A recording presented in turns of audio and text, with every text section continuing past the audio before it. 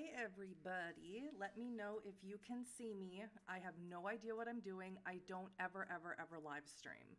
So let me know if this is working, if you can see my unbelievably pale face in my living room because I don't have a green screen.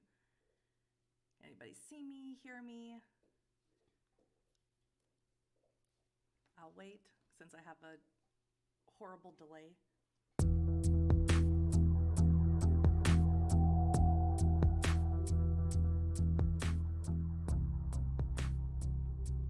It's quiet, okay. Let's try if I put the microphone closer to my face and turn it up a little bit. Let's see if is that any better? Can everybody hear me? Okay, I'm gonna turn the music down just a little bit because the music is really loud to me. It's probably not that loud to you guys, but it's like super loud to me. Still a bit quiet? I don't want the microphone directly in my face. Hopefully that's better.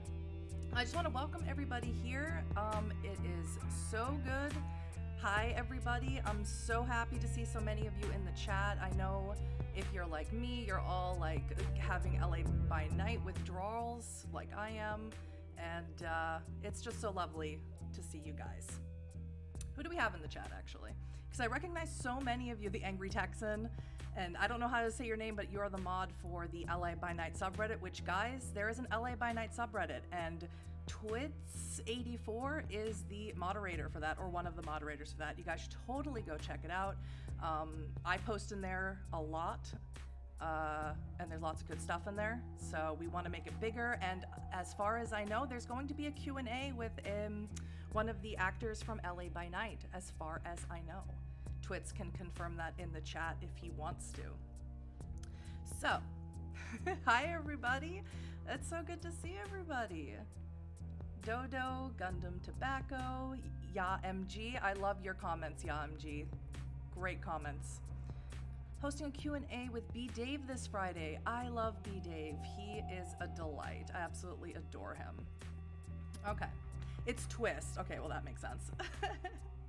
Okay, so I thought since this, as well as an LA by Night wrap-up speculation thingy, this is also going to be a 1,000 subscribers special for me, but not really because I don't really do stuff like that. Not really. Hi, Andy L. So I just thought I'd tell you a little bit about myself, just really briefly, because my channel is not, I don't do a vlogging channel or anything like that. My channel is not about me. It's about my content. I'm Huddy. I'm an American and I live in Germany. And I am very new to Vampire the Masquerade. I started making Vampire the Masquerade videos after finding Bloodlines and playing through it and having so many questions about the lore. And then I got in touch with someone from the Onyx Path Publishing who was able to answer all of the questions that I consistently had playing the game. Ian Watson, he's amazing.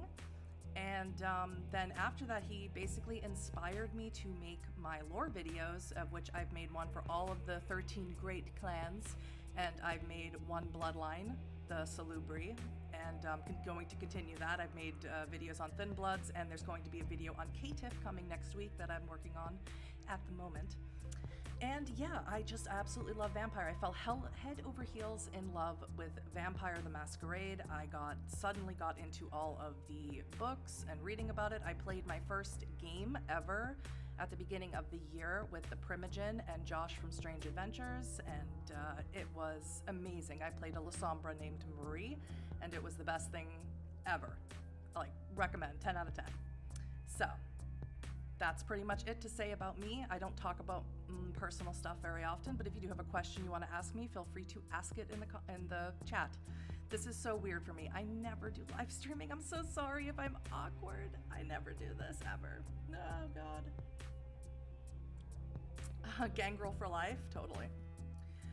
My favorite clans are, if you guys want to tell me what your favorite clans are, my favorite is La Sombra, and then Nosferatu, and then Tremere. I didn't used to like Tremere, But once I read V5, I'm like, I'm totally down with Tremere. Once I read V5, after the breaking of the blood bond, after the breaking of the chantry in Vienna, I was like, yeah, I can totally get in with Tremere. I like to give the Primogen a hard time for being such a Tremere fanboy, but I'm pretty much there too. Malkavians, totally. I'm doing great, thank you. I don't feel like I'm doing great. All right, so what we want to do for this live stream is we want to talk about, oh, hi, Ethan.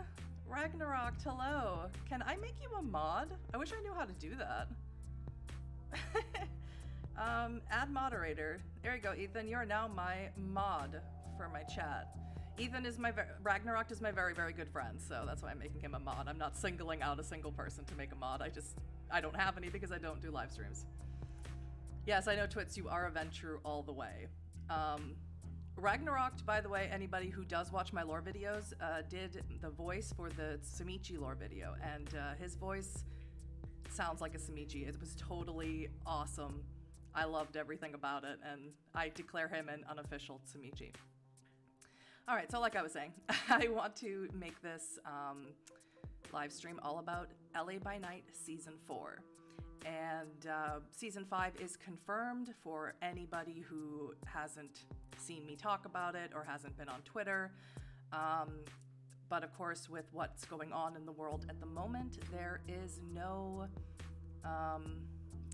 definitive timeline for when that's going to happen, unfortunately. There are a lot of cool things going on. B. Dave Walters is storytelling what's it called? Anarchs of New York on Q Times. I think either on Q Times or Level Up Dice. I actually can't remember. Over on Twitch. And Shane Easton, who plays Katya in LA by Night, she's doing a 4-shot game. I don't remember what, terrible, I don't remember what channel it's on, but if you go on her Twitter, you can see where it is, called Denver by Night. And yeah, so there are some cool things going on. Of course, Alexander Ward and Josephine McAdam, they stream regularly on Twitch, so you can always pop in and say hi and tell them that you appreciate everything that they do for, you know, the family and things like that. But yeah, it's gonna be a long wait, Twits, you're absolutely right, and it sucks. It does, it really sucks, but there is nothing that we can do about it. What we can do, though, is we can speculate what's going to come in Season 5. So, I would like to start with Victor. I'm sort of going to use and guys, feel free to jump in and give your own opinions about things.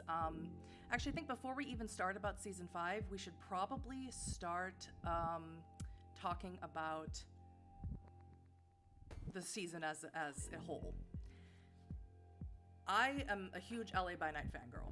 I've watched LA by Night so many times, it's disgusting. I could probably, you know, pick a quote or a still image, and I could probably pick out which episode, and I could tell you what the name of the episode was and what season it was from. It's pretty bad. It's pretty sad.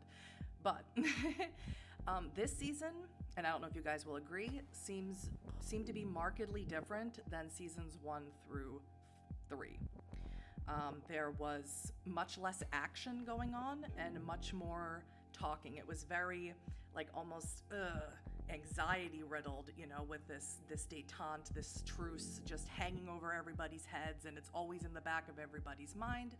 And it didn't give me the same, not that Vampire is ever lighthearted, not that the World of Darkness is ever necessarily lighthearted, but there were far fewer lighthearted moments in this season, which was kind of, not sad isn't the word I want to use, but it was kind of just like, oh man, it's so much, it's so heavy, man.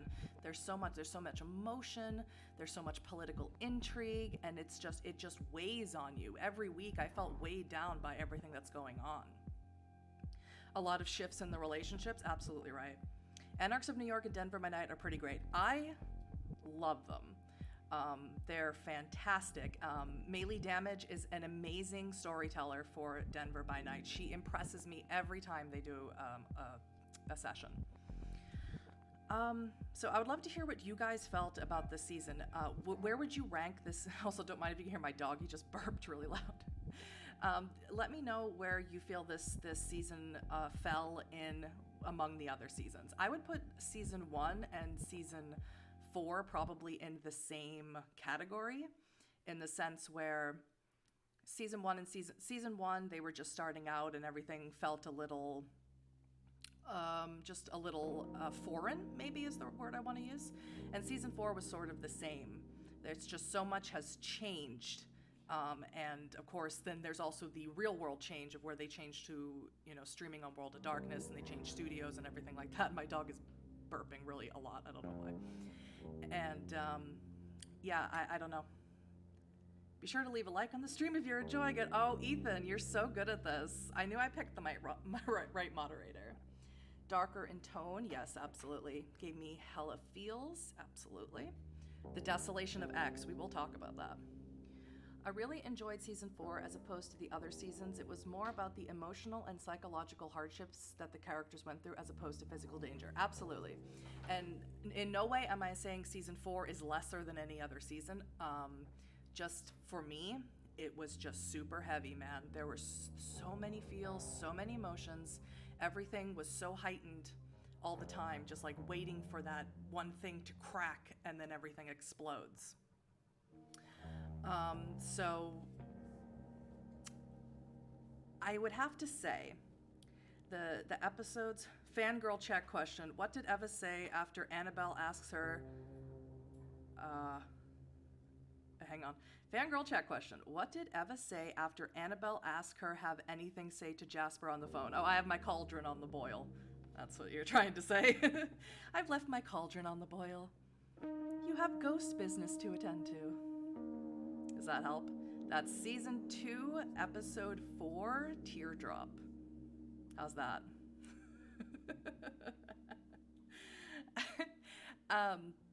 So, I love everything about this, but I'm also sad and wrecked. Need a box full of kittens ASAP is how the last season went for me. Absolutely. Absolutely.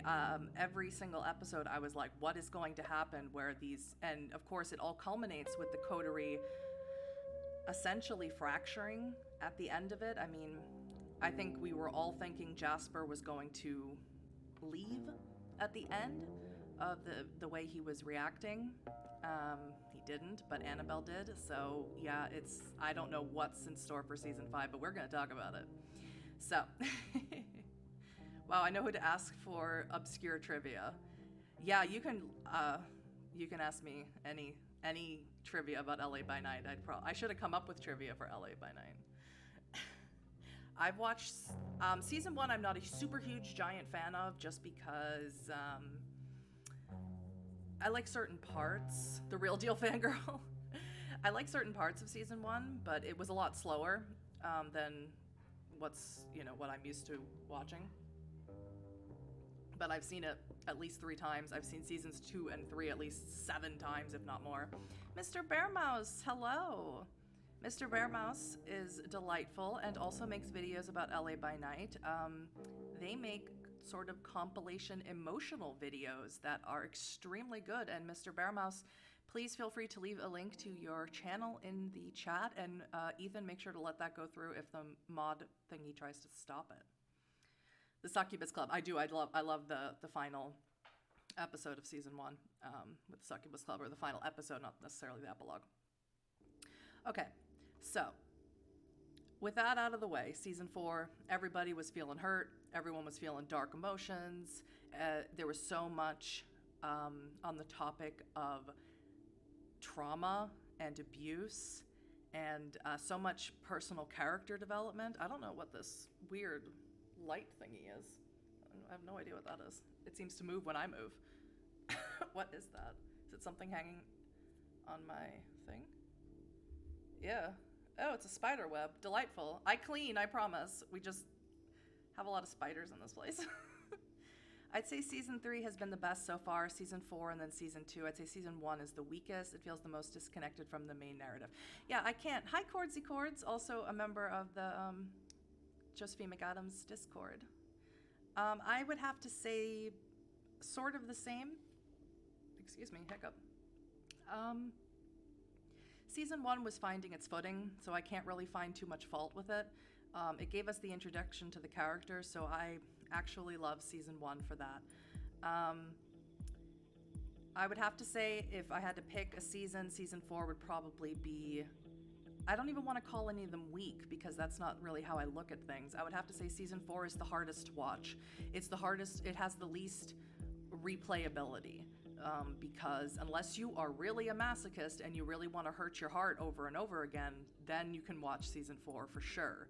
But I don't think I could sit there and watch it the way I've rewatched seasons 2 and 3 because it's just too heavy. It's too heavy, man. Placid Dragon, hello! I love reading your comments on my LA by Night videos. They make me so happy. Okay, so now that we've talked about season 4, we can talk about what was your favorite episode of season 4.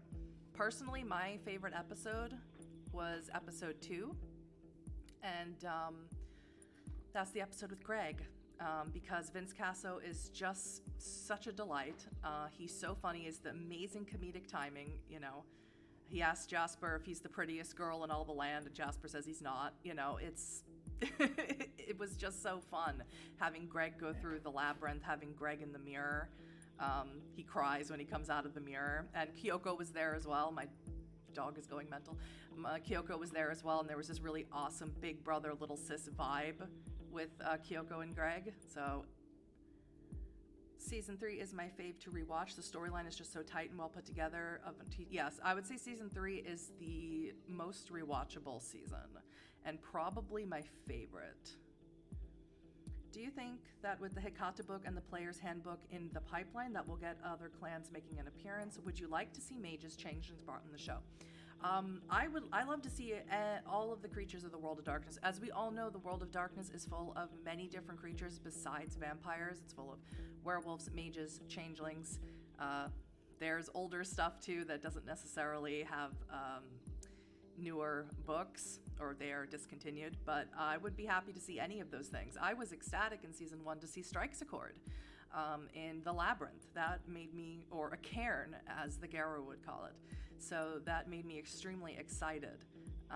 Unfortunately, we haven't seen any other creatures since season 1, but there it is. I believe, Dante, to continue answering your questions, I believe that come season 5, we will see Hikata, or if we won't see Hikata, we will definitely see cults. Because we know it was revealed in this season that Jasper, when he was immortal, was a part of a cult. And Cults of the Blood Gods is an absolutely amazing source book. I got a peek at the manuscript, and I also did a podcast of it on the Beckoning podcast, and it's amazing.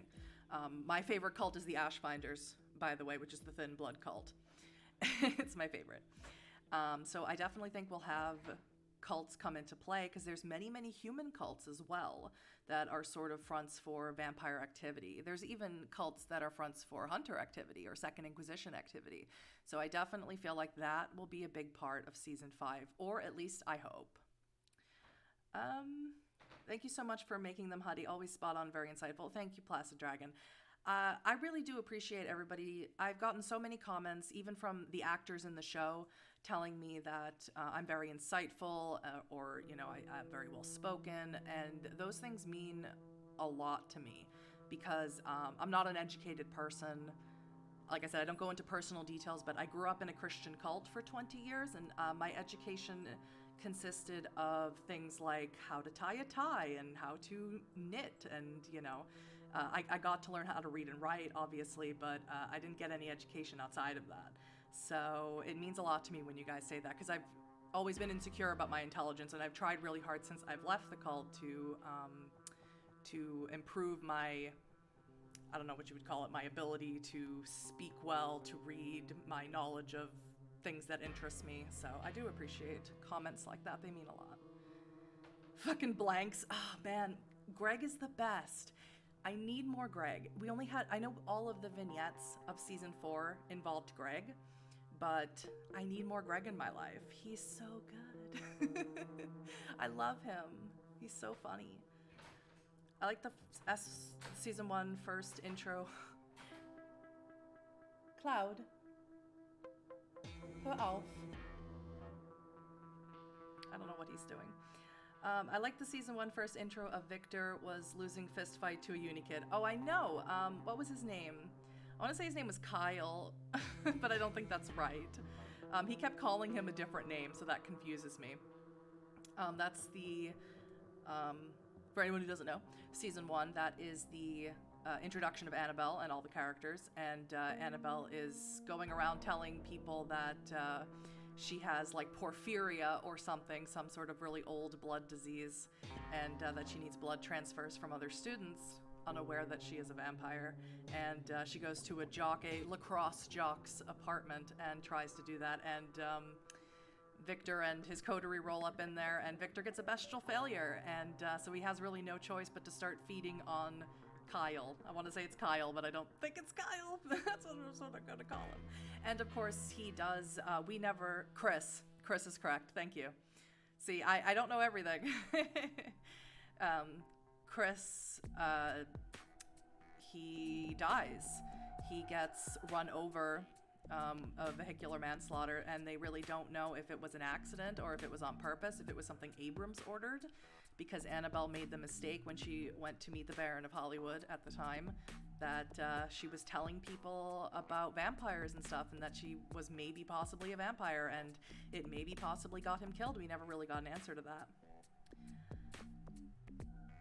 I agree, that was my favorite episode of season 2, the gargoyle powers. Yeah, and that was incredible. It was incredible to see a gargoyle in season 4. I mean, Jason, who constructs the stories, of course, he's been working on the World of Darkness forever. He's a Methuselah, we all know this. Well, he's Cain, really, but that's neither here nor there. And he incorporates gargoyles, which are not in V5, and I think that really blew everyone away. And to see that in house, it makes us excited to see possibly gargoyles in the future. And I don't know how that would work, honestly, with the way the Tremere are now, when they can't bloodbind other kindred. I don't know how that would work with a gargoyle, but I'm excited. It gets me excited, and that is the great thing about LA by Night, is LA by Night has this uncanny ability to get me excited for the next thing, and the next thing, and the next thing, and then the next season, and it's without fail. The Anarchs need to make an alliance with the Garu. I don't think the Garu would go for that, to be honest. I don't think they would. They probably, I don't know. I mean, Victor is really charming, but I don't think they would, to be honest. The best episode for me of the season was Pressure Lines, with my favorite epilogue was epilogue 4 with One Wish. Pressure Lines was an amazing episode. If I wanted to take an episode that I felt would sum up season 4, it would be Pressure Lines. The way that Eva reacted in the labyrinth, pulling on the ley lines with Katya right there. The way Katya, you have Eva, we don't know the full extent of it. We have Eva with obvious trauma from Strauss.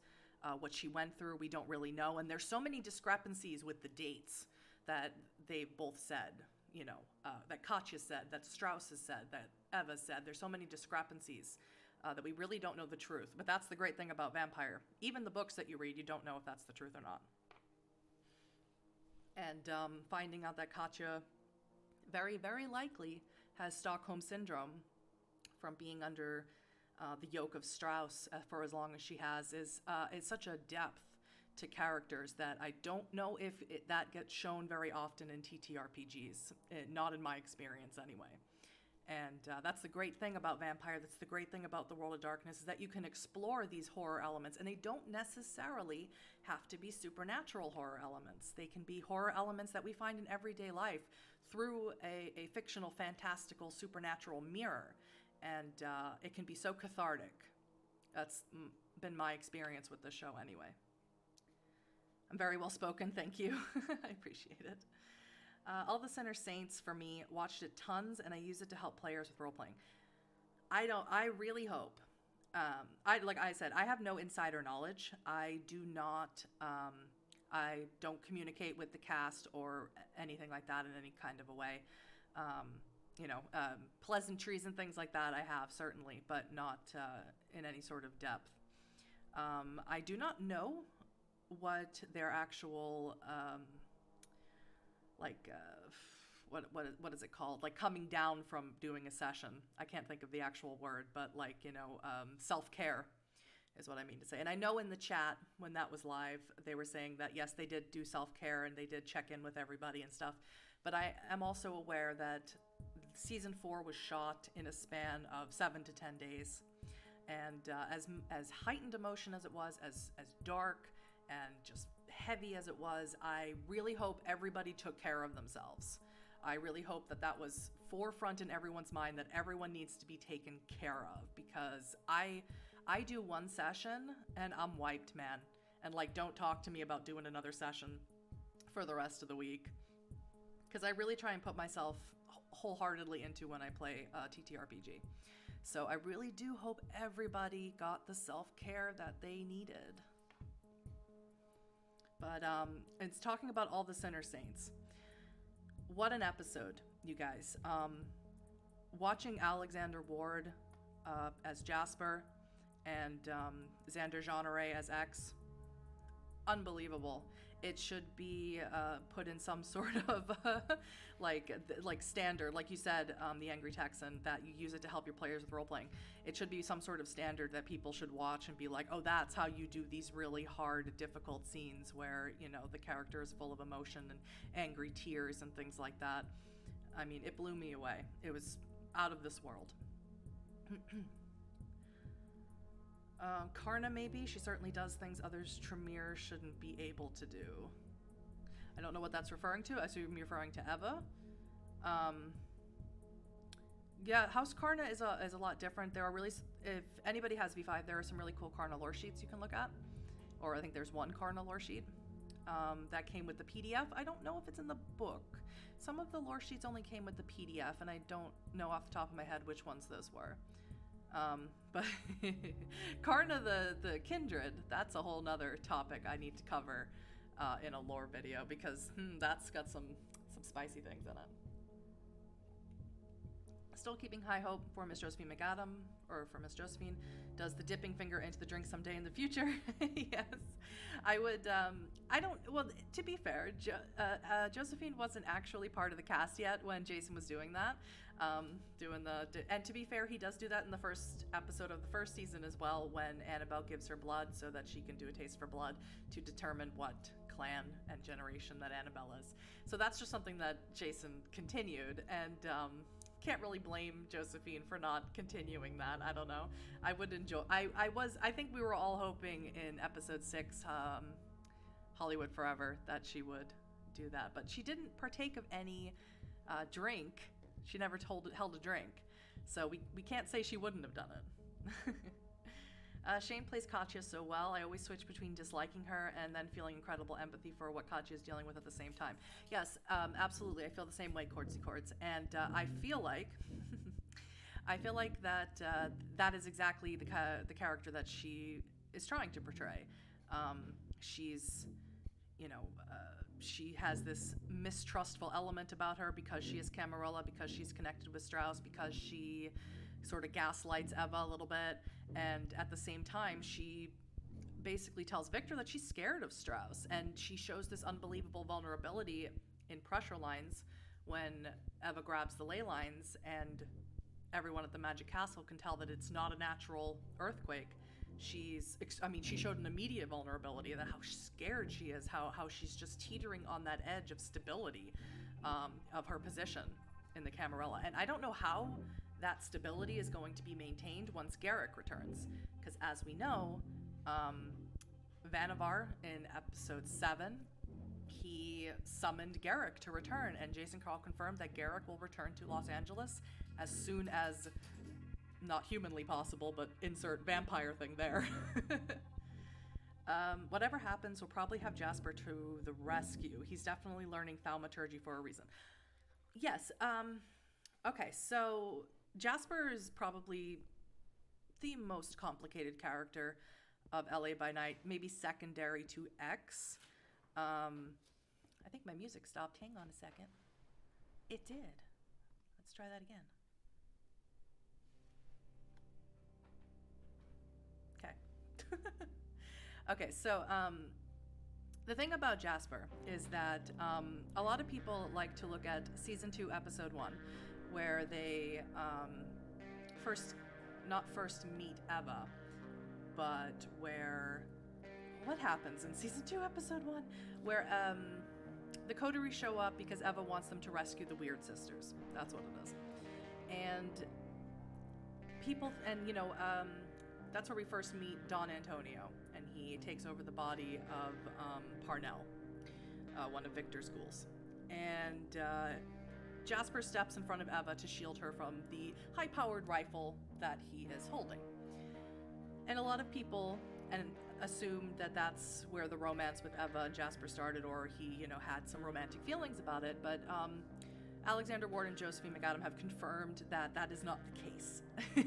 That he was shielding Eva because she is a magic teacher and she has a lot of thaumaturgical knowledge that he could learn from, and her dying doesn't meet his ends. So he was a lot more Machiavellian than we were giving him credit for. We like to call him our soft little sad boy, but he's not necessarily that. He was not a good human, let's put it like that, and he's not necessarily a good kindred. I think he's trying to be good, better as a kindred than he was in life, but he has this need, this want for power. We learn more of his backstory in episode 6, where he says he was a bored New York socialite, and what do? You join a cult and you try to find magical ways to make yourself more powerful. We don't know if he was the younger son of a wealthy family. We don't know if, for whatever reason, he wasn't the heir apparent to this supposed family fortune. And for those reasons, he wants to attain power in any way possible, and for whatever reason, magical powers seem to speak to him the most. And so we really need to know that, or remember that Jasper is about power. He is about survival. Even if he obviously always seems like he's trying to kill himself, because it seems to be all or nothing for Jasper. It's either I'm going to throw myself in totally into becoming more powerful, or if I can't do that, then what's the point of living? Seems very nihilistic. Oh, I missed a whole bunch of stuff. I personally didn't enjoy the 4th season as much as the others. It seemed a little bit too much like a build-up for the next season to me. Absolutely, Mr. Bearmouse. The season 4 definitely feels like a build-up to season 5. And I mentioned that in one of my recaps. I don't remember exactly which one. But, we had mentions of Beckett and the Book of Nod and cults. Those all sound like things leading up to season 5. And of course, nobody could have predicted what the current state of the world is now. So season 5 might have come a lot sooner than was expected or regular for the way the seasons have gone. But there's nothing, we can really do about that. We can only wait for what those things will be, honestly. Overall, the side characters have been amazing, from Fill Them With Gold to the extreme emotions of Katya, so very, very good. Yes, absolutely. And Gentle Feet Bert is the new one to add to Vanivar's list of taglines. I wonder where all these people who accused X of being Fishmalk now. I never saw Fishmalk in X. Like I've said before, I'm sure I've said it before, Xander caught me instantly when he, in the first episode we see him in, which is season 1, episode 3, he recites from the Malkavian clan book the parable of the elephant and the vampire bats. And as soon as he did that, I was like, okay, this guy knows his stuff, and he's not going to play a Fishmalk because he knows his stuff. He understands the Malkavians.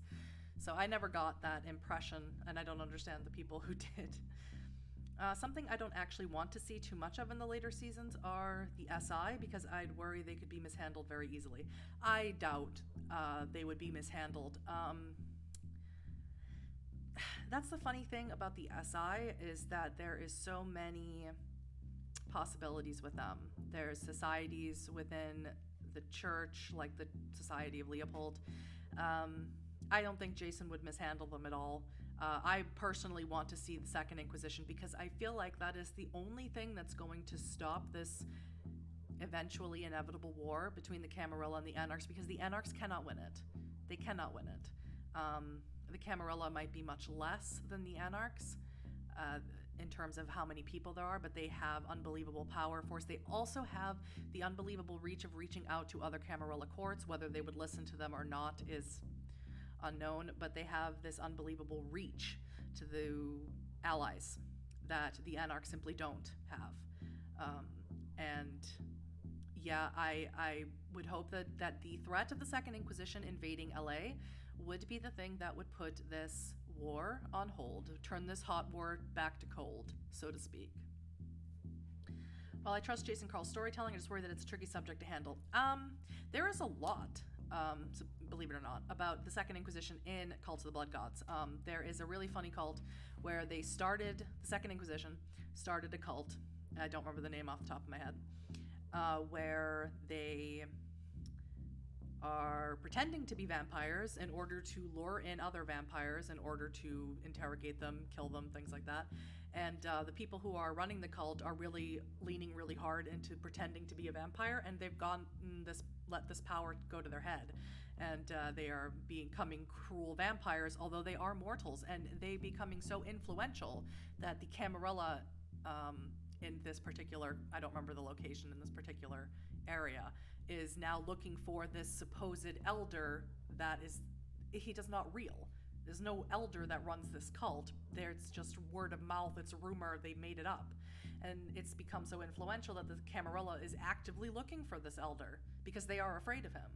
So I really don't think, the Second Inquisition, there's so many facets to it, I really don't think that it would get bungled up too much. There's so many branches that are actively hunting the blank bodies. So I think it would be absolutely delightful. I think it would be exactly the different take that we would need, because the Second Inquisition was such a force in the first season. It was such even in the second season, it was such a fear that it's in season 3 they are hardly mentioned at all, except for at the end of I think there's a few vignettes with them, but they've sort of fallen out of being feared, and I think we need that more than anything.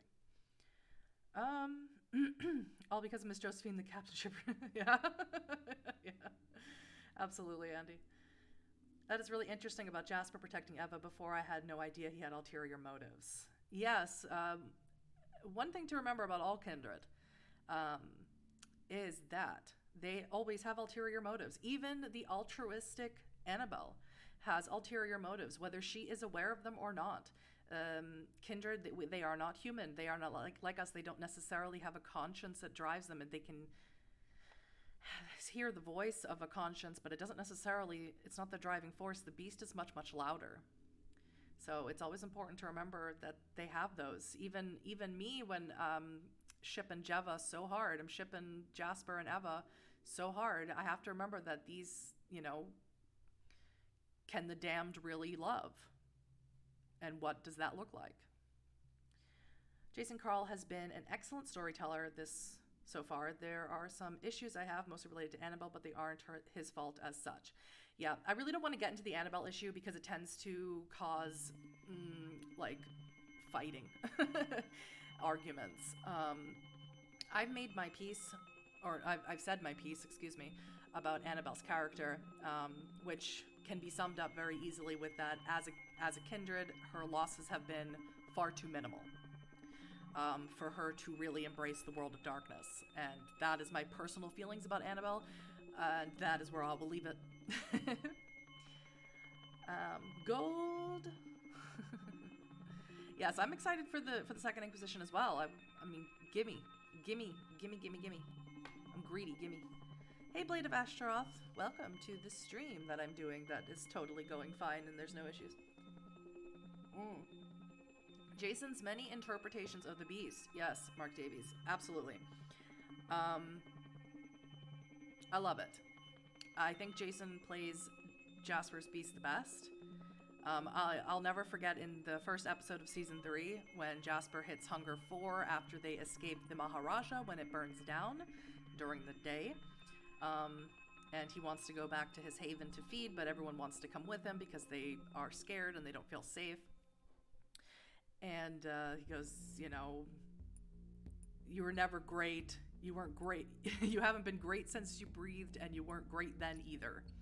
And that was just such a fantastic line to sum up Jasper's Beast. Jasper's Beast is horribly mean to him. And if I had to wager a guess, rightfully so, because I imagine Jasper's Beast is the sort of exaggerated voice of the friend that he killed, that he admitted to killing back in the Shattered Faith epilogue at the end of season 3, and that we got confirmation on in episode 6, Hollywood Forever, that he stabbed.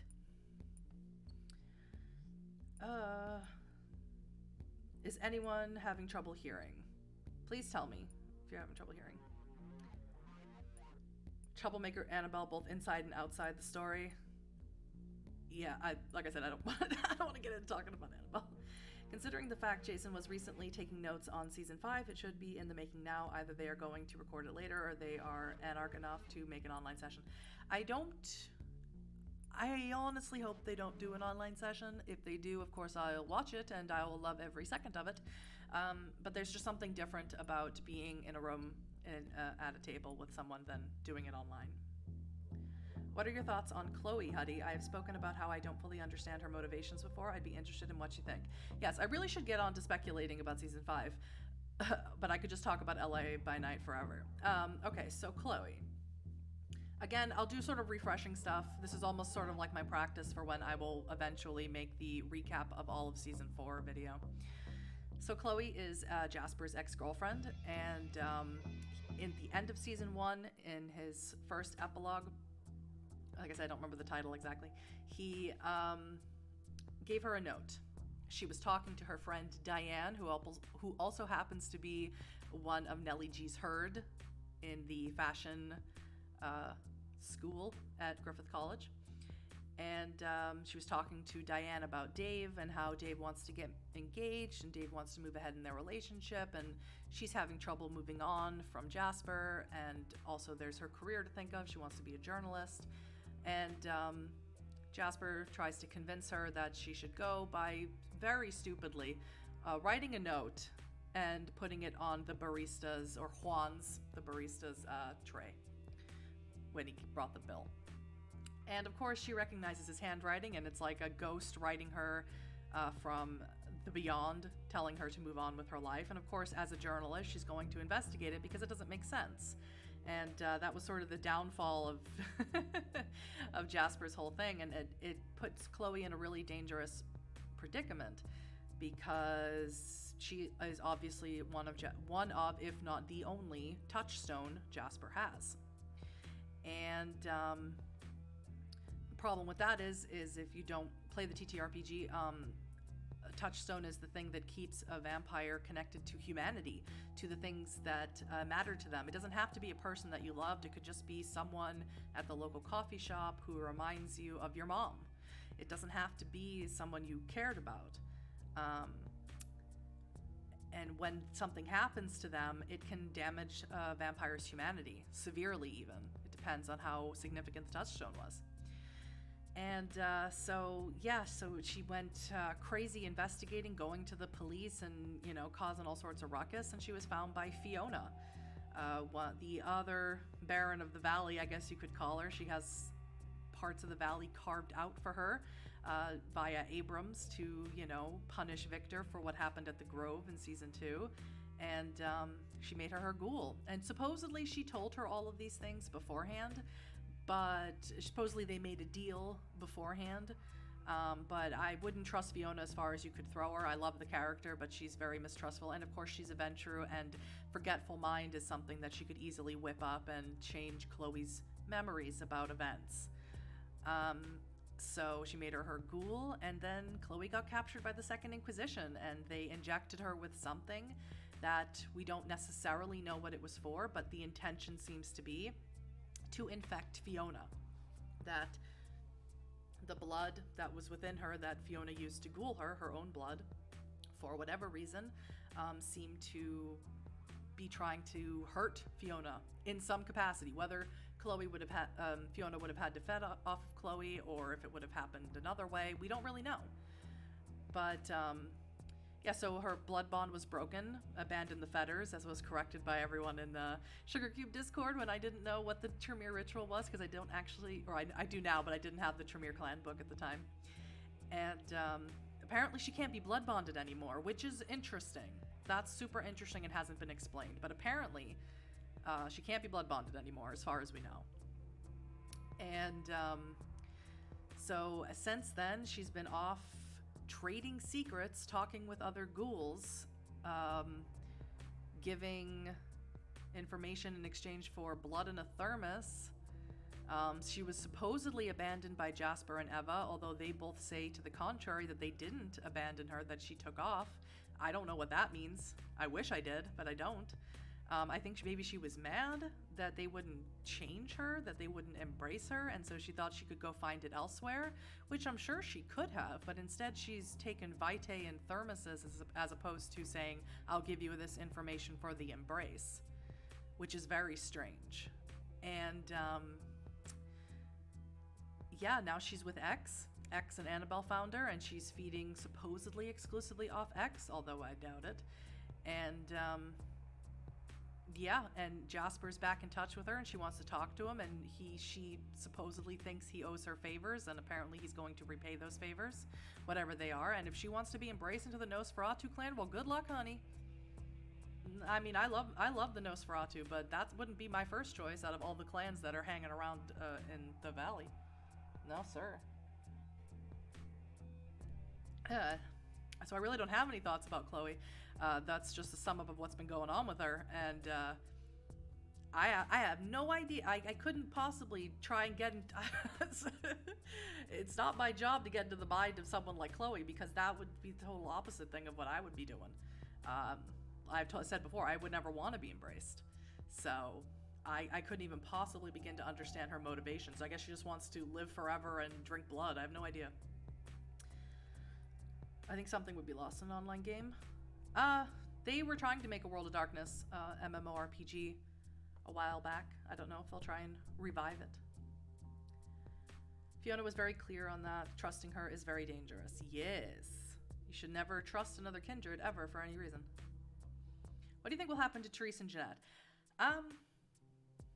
Honestly, I don't think much will come out of it. I love Therese and Jeanette. I really don't want anything to happen to them. That's the thing. I am aware that Therese is supposedly the perpetrator of X's abuse. So obviously not a fan of that. But I have my doubts. See, this is the thing. When I get to if I start thinking too much about it, I have my doubts about X's memories of things, and that stems from that epilogue when 1,000 Masquerades, when he said that Eva said that she wasn't sure if she loved Jasper. We never saw that happen, and as far as we know, X and Eva never hung out. I'm trying to hide my Boston accent. Never hung out. And yeah, so I have my doubts about some things with X. And dementation is a serious thing. And if Therese or Jeanette have been using dementation on X, it's no good. And there's also lore in, I want to say it's a Malkavian clan book, but I don't think that's right. There's lore about Therese and Jeanette that says that Jeanette was often the one to embrace fledglings, and then Therese would sort of have to clean up the mess and have to employ them at the asylum. So that's really hard for me to say. What I would like to happen is what I said already. I would like the Second Inquisition to sort of kick everybody's butts into gear so they realize who the real enemy is and the bigger fish to fry, and then they can deal with the smaller stuff later. That's my opinion on that. Teresa's stupidly powerful. She'd wipe the floor with the tiger. She would. That's the thing. And her sire, forget about it. She got her sire out of where is he? Where is he? Not Detroit. I can't remember. He's somewhere in the northern middle part of the United States.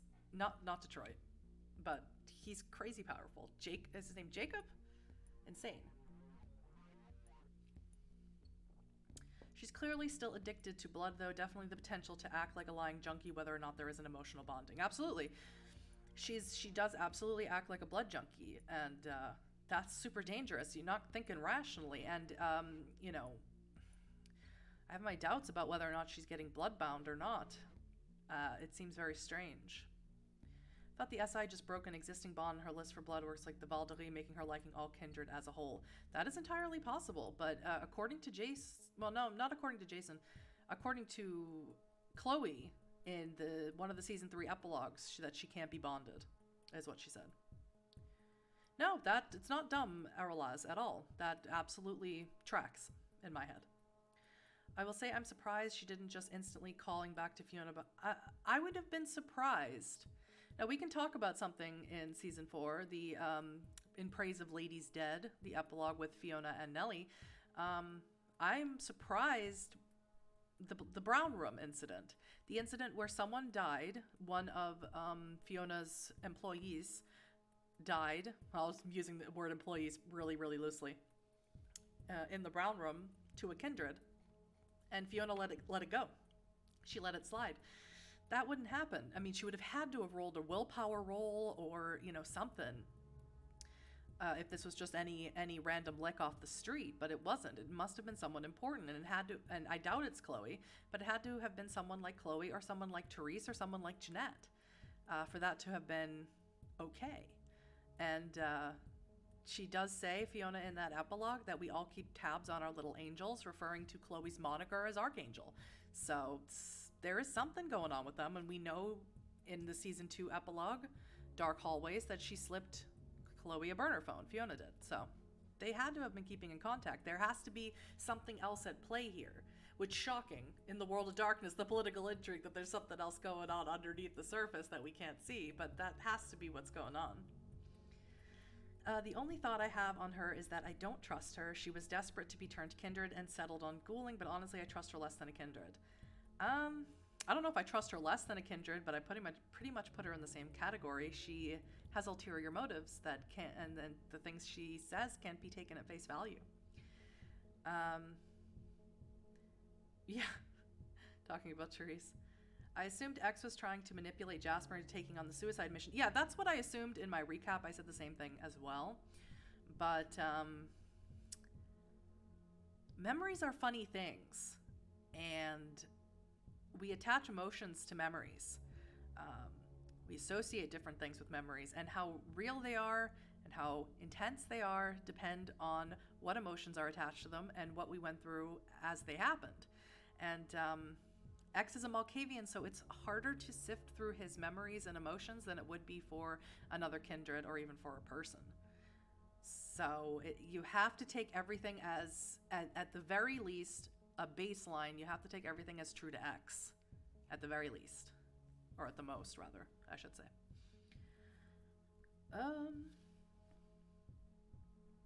Is it Jacob is from Milwaukee? Is that where it is? Okay. I couldn't remember. I knew it wasn't Detroit, though. Okay, so let's talk about speculations for season 5, now that we've talked about the big things like Therese and Jeanette, which, honestly, I don't know how if I was a storyteller, I don't know how I'd write around that, honestly. Okay, so let's start with Victor, right? Okay, so let's talk about any loose ends, any theories for Victor. Not that many, right? Just like in the last season, just like in the season before that, he doesn't have a whole lot of loose ends. I will admit there was, for those of you who are in the Sugar Cube Discord, which is Josephine McAdams' Discord, when you subscribe to her on Twitch, you get access to her Discord, can't speak, and she has an LA by Night Discord in there. And for those of you who were in there was a discussion about Victor and his use of his Dominate discipline to sort of override free will. I'll admit I did not read through the whole discussion. But just the implications of that, the wrongness of that, the morality of that, and so on. I'll admit I did not read through it, and I did not participate in the conversation because, like I said, I come from a cult, so I've been manipulated and gaslighted and controlled to a degree and forced to do things that, go against what I would want to do just because of just because I had to. So it's not a comfortable topic for me to discuss. But I do have to say that Victor does these things. I want to believe that he's doing them with the intention of a good intention, but the road to hell is paved with good intentions, and it doesn't fly. You can't impose your will on someone and then at the same time look at them and go like, well, it worked out, didn't it? Well, you survived. Well, we're here. It doesn't really work that way. I don't necessarily hold my ideals so black and white, where I would be like, Victor is totally violating free will. Because honestly, if I was in his shoes, I would do the exact same thing. Like, my music stopped again. It did. Started again. So I would really love to hear your guys' thoughts about Victor using his dominate discipline on Eva and Jasper in season 3. And how he reacted when Eva called him out on it. And if you think that was okay or not. And if you think that Eva using movement of the mind on Jasper in the labyrinth in episode 2 of season 4 was hypocritical because it was the same thing. I would love to hear your thoughts on it. Oh yeah, that discussion. Yeah, like I said, I didn't want to intrude on it because it's hard for me to place those topics in a fictional context because I went through them in real life. I was in the cult for 20 years, so I went through manipulation and gaslighting and stuff like that in real life to a really serious degree from a really young age, and it's just not I don't have a clear enough perspective on it to really contribute to a discussion. Victor, biggest loose end. Her son's still with Annabelle, but yeah, we are definitely going to talk about Mark. I still think Mark is on a timeline. If he does die, I think Vic and Anne are going to go full beast mode. I don't think he's going to die. The big implication of the Victor argument is how no one seems to think there is an issue with Annabelle using presence to manipulate Ollie, Allie, and Elle. Absolutely is manipulation. But to be clear, awe does not force them to do anything. That's a huge distinction. Is it using your powers to get an edge and up? Yes. But awe will not compel anybody to do anything. It'll just make you seem very open and very friendly and very charming and maybe a little pretty, but it doesn't necessarily force them to do anything. They can resist the awe, they can roll against it, so. I don't have Victor to a free will standard because he me, okay? Do you think B. Dave makes those choices to play into the villainy or the heroism of his character? Ludovico Street, you can do it right now. You can leave the live stream if you want. You can go to B. Dave Walter's YouTube channel, and he did a video talking about the 20 questions that were asked about Victor Temple, and he does say that one of Victor's convictions is that no one should be enslaved, and that sort of contradicts what he does when he uses his dominate to tell somebody to do something, to force people to do things. So I think he absolutely walks that line, and I think he consciously walks that line because B. Dave is aware of Victor's convictions. He created Victor. So I think he does play into that, but that is sort of what Ventrue do. Dominate is an ability that he has that no one in the coterie has, and he definitely utilizes it a great deal. Considering they are blood-drinking monsters, the way Victor uses his dominate powers is a lot more humane than your average Ventrue. I would agree with that, but you, at the same time,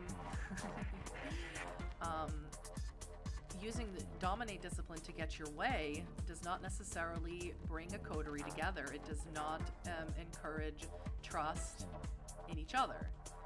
So I understand the point of view from both sides. As I said, in that situation, in the season end of 3, when they were in the labyrinth with Strauss, and if I was Victor, I absolutely would have done the same thing. Absolutely. Yeah, I understand the argument from both sides.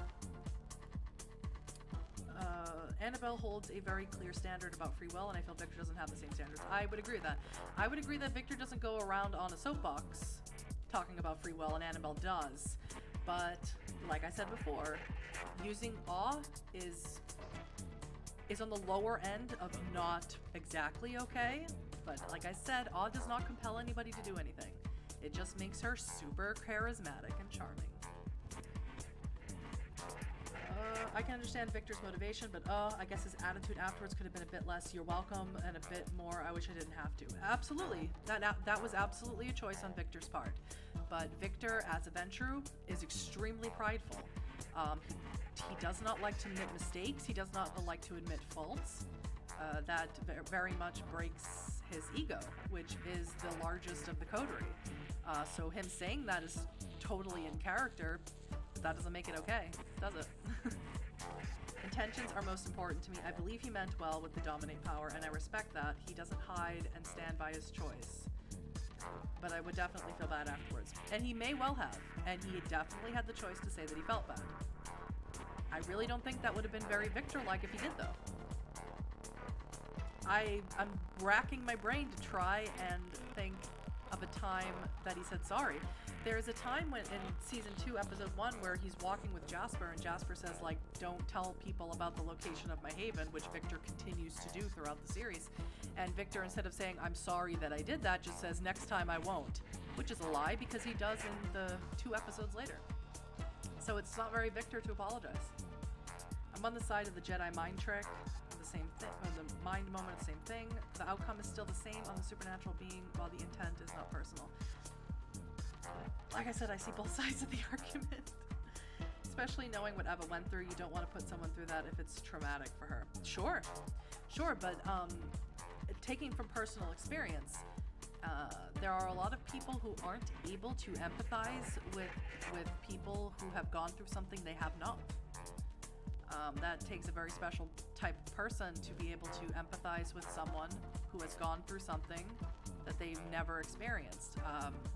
You know, I've attempted in the years that I've lived here in Germany to talk to European therapists about what I went through, and they give me this very strange look, and they really don't know how to parse the information I'm giving them. And not saying they're not being empathetic, but they just have no way to parse it. They have no to use vampire parlance, they have no touchstone to come back to about it. So it's understandable.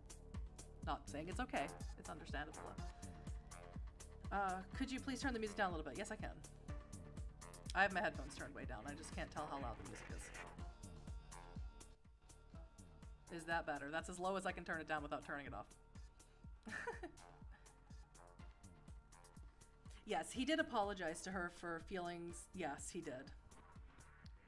He did apologize to her, but he didn't. I mean, it was when someone has to tell you that you need to apologize, is it really an apology, or is it just like a courtesy at that point? Okay. So there we have Victor's sort of issues. That I think that was Victor's probably largest issue of the season, was that little small blow up with Eva. Nothing really big happened with him until his epilogue, which we'll talk about in a second. So the other sort of loose ends with Victor would be Mark and Isaiah. And we haven't heard much from Isaiah. The last time we heard anything about Isaiah was in season 3, episode 1, when the Maharaja burned down, and he talked to Mark on the phone because there was no eyes on Mark. And Mark said Isaiah is coming back from Vancouver, which I'm pretty sure is where he went, or somewhere in Canada. And we haven't heard anything about that since then. And I don't know if that was just an oversight or if there's something going on with Isaiah, but I would love to know where Isaiah is. And of course, Mark is a little bit, there's a little bit more going on with Mark, where Mark is Annabelle's boyfriend, and he's Annabelle's ghoul, and he's training with Nines Rodriguez, and he's going out on runs with Nines' coterie, and he's basically, I mean, if Victor can't see the writing on the wall of Mark being embraced into the Bruja clan, he needs some glasses or something, because that is definitely where this is heading. And honestly, there's no turning this around. He could certainly use Forgetful Mind on Mark if he wanted to. But then he would have to explain to Nines why he did it, and, you know, all the Nines' coterie knows him, and, you know, of course, Annabelle would have to sign off on it in some capacity, and Mark would have to sign off on it on some capacity. I don't know if it's happening, really. I think Mark is going to be embraced into the Bruja clan, or he is going to die, and I don't think there's any in between for him, that's pretty scary, because either way, Victor is going to lose one of his touchstones, which would be his son. And once you can't have a kindred as a touchstone, a kindred is not human, it doesn't connect you to your humanity, and that will be seriously impactful for Victor. And I would like to see it, because we very rarely have seen Victor lose control. We've very rarely seen him get bestial failures once in season 1 and once in season 2, and that's it. I would like to see him lose control, because that's a huge deal. It would be the same if Chloe died, or was embraced.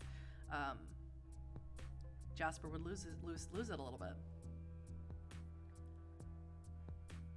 Oh, I'm sorry. I'm sorry about the music. He did apologize to Eve for her feelings on his treatment of her when she was a ghoul, so he can, but I agree it's less his style. Correct. Great chat, loving it. I'm glad. I'm just jibber jabbering. It's got to be hard to hold monsters to the same level of morality of mortals. It is. I would argue that more so, the monsters have to adhere to some code of morality. Back in the day, before V5, there were paths of enlightenment, paths to humanity that weren't necessarily all the same. Because it's more important than ever as a kindred to hold on to your humanity, because you will lose it if you don't, and you will become an absolute monster, completely overrun by the beast, and you won't care about anything or anyone, and it's not an existence you would want. At least not this coterie wouldn't want it. He's in huge trouble with the meeting with the Cam and Vivi. If he takes the meeting, Forensic could lean on him to intertwine his interests with the tower. I don't know if he's planning on meeting with the Cam and Vivi. Vivi's not in the Cam, as far as we know. She is an Anarch. She's Abram's adopted child. She is hanging around Cam Vampire. She's hanging around specifically the Stardusters coterie, whose task was to erode the influence of Isaac Abrams in Hollywood, and now I assume to erode Nellie's influence there. I have no idea. So those are my big concerns with Victor coming. I believe that unless something catastrophic happens, I believe that Mark is going to be embraced, and I believe that's going to be very difficult for Victor. I don't think he is going to handle it very well. I think it's going, and unfortunately, I think it's going to cause even more fracturing of the coterie.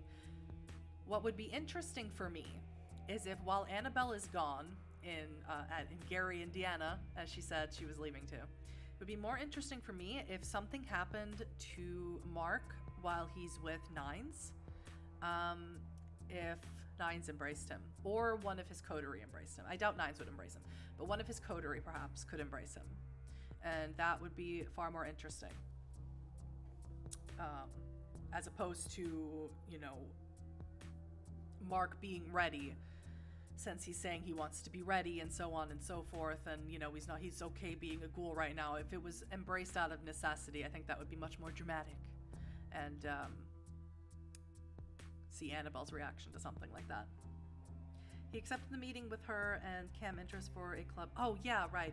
Yes, I didn't really understand that, for some sort of club conglomerate of kindred clubs. That was very bizarre to me. I don't really understand the motivations behind that. But I don't know anything about business, so that's neither here nor there. Okay, so that's Victor. Unfortunately, not a whole lot going on with Victor. In his epilogue, he talks with Delilah, and he sees that Delilah wants to galvanize all the Thin Bloods against the Cam, since the Cam don't think that Thin Bloods apply to the truce, and he's supposedly going to go meet with her.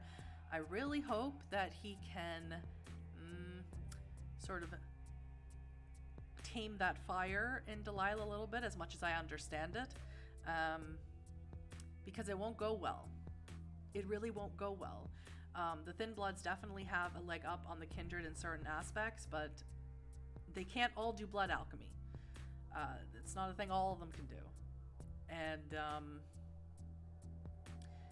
yeah, I just don't see it going very well. There might be loads of them, but I see it as a bad omen that if they were to just roll up on the Camarilla a bunch of thin bloods and what Anarchs Victor could round up in quick time or whatever, it just doesn't seem like a good idea. Would you like to see Miranda and the Ministry take a more active role in causing transgressive influences in this Anarch versus... Yes, absolutely. I would absolutely love to see more of the Ministry. I'd love to see more of Miranda. I love the Ministry. I like what they did with them in V5. I like it much more over just sort of the drug pushers that the followers of Set were, just sort of like the guy hanging out above the lamppost and like flipping a quarter and going like, hey kid, you want to buy some drugs? You know, it's much more sinister than that. It's much more modern than that.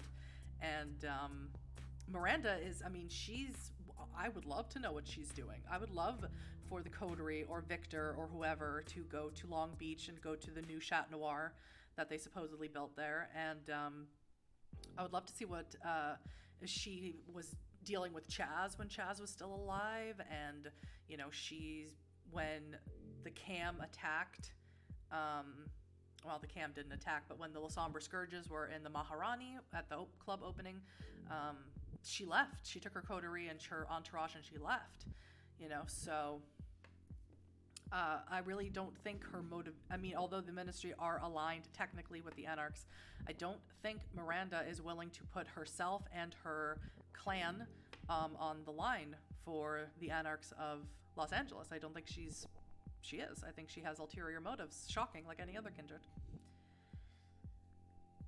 It's my venture bias to pay attention to his business entanglements. That's understandable. Off topic, big picture question. How will it all end? Who will survive and what will be left of them?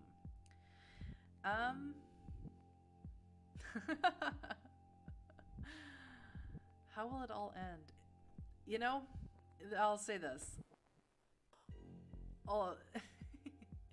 Immortality is not guaranteed, right? That's what we hear all the time. But if you're smart enough, you can live a really long time. I would like to believe that at some point, our Valley Coterie it'll just end. It'll just end on something insignificant. It'll just end on something banal, like a party, or maybe they'll go for their movie night at Hollywood Forever Cemetery, and that's how the series will end. I don't want to think about any of them dying or anything like that. I want to see Nellie have more of a spotlight on her, go into her family and whatever. Oh, okay, yeah, okay. So let's move on from Victor to Nellie.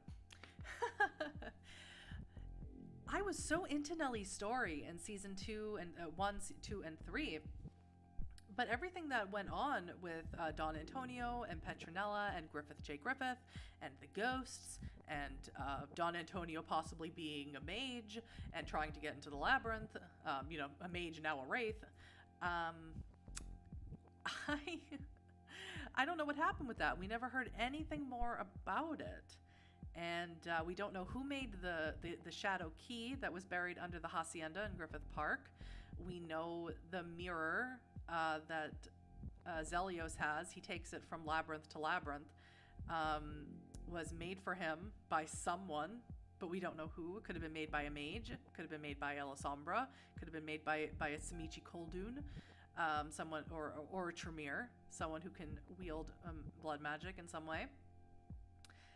I have no idea. Or even a Hakata, you know, who has access to the Oblivion, to the Abyss. I have no idea what happened with that. I would love to know more about what that all was. Bring us back Petronella and Don Antonio just to give us some answers of what all that was. Is Petronella put to rest? Was putting her name, putting the Griffith Park back rightfully in her name, was that enough to let her spirit rest? And if so, then where's Don Antonio? Where is his spirit? It certainly couldn't be a rest. I would love to know. Considering what Aurora did to the Valks, I doubt the Thin Bloods have a chance if she's left off her chain. Yeah, yeah, absolutely. I also loved when B-Dave said in the video you posted that Victor doesn't want to be around Thin Bloods. Victor's true opinion of them could prove interesting. I do not remember B-Dave saying that. He's been in a few of my videos, and I don't have the notification set up on my phone, so if my eyes are lazy and I miss it, then I don't see it. Agreed, she is such a rich character. Oh, Nellie, yes. Mm-hmm. Sopranos ending, absolutely. I would totally take a Sopranos ending. I still want Fairbanks. Yeah. I don't want to swear on my live stream because YouTube would probably get mad at me. But that's still one of my favorite. That was season 2. I want to say episode 6, but I don't think that's right. Red Flags. When they go first meet Gary Golden, and yeah. You effed on Fairbanks? That was the funniest thing ever. Oh my god. I hope the show didn't shoot itself in the foot by making Nellie barren. I love it, but the image of multiple barons running around a coterie seems strange to me. It does. I agree with that. Maybe Victor could lose his domain. I don't want Victor to lose his domain. I am going to put on my Be Right Back screen, and I'm going to warn you, the Be Right Back screen does not look like any of my other screens. It's my old one from when I was going to live stream, because I do have to go to the bathroom, but I will be back in just a second.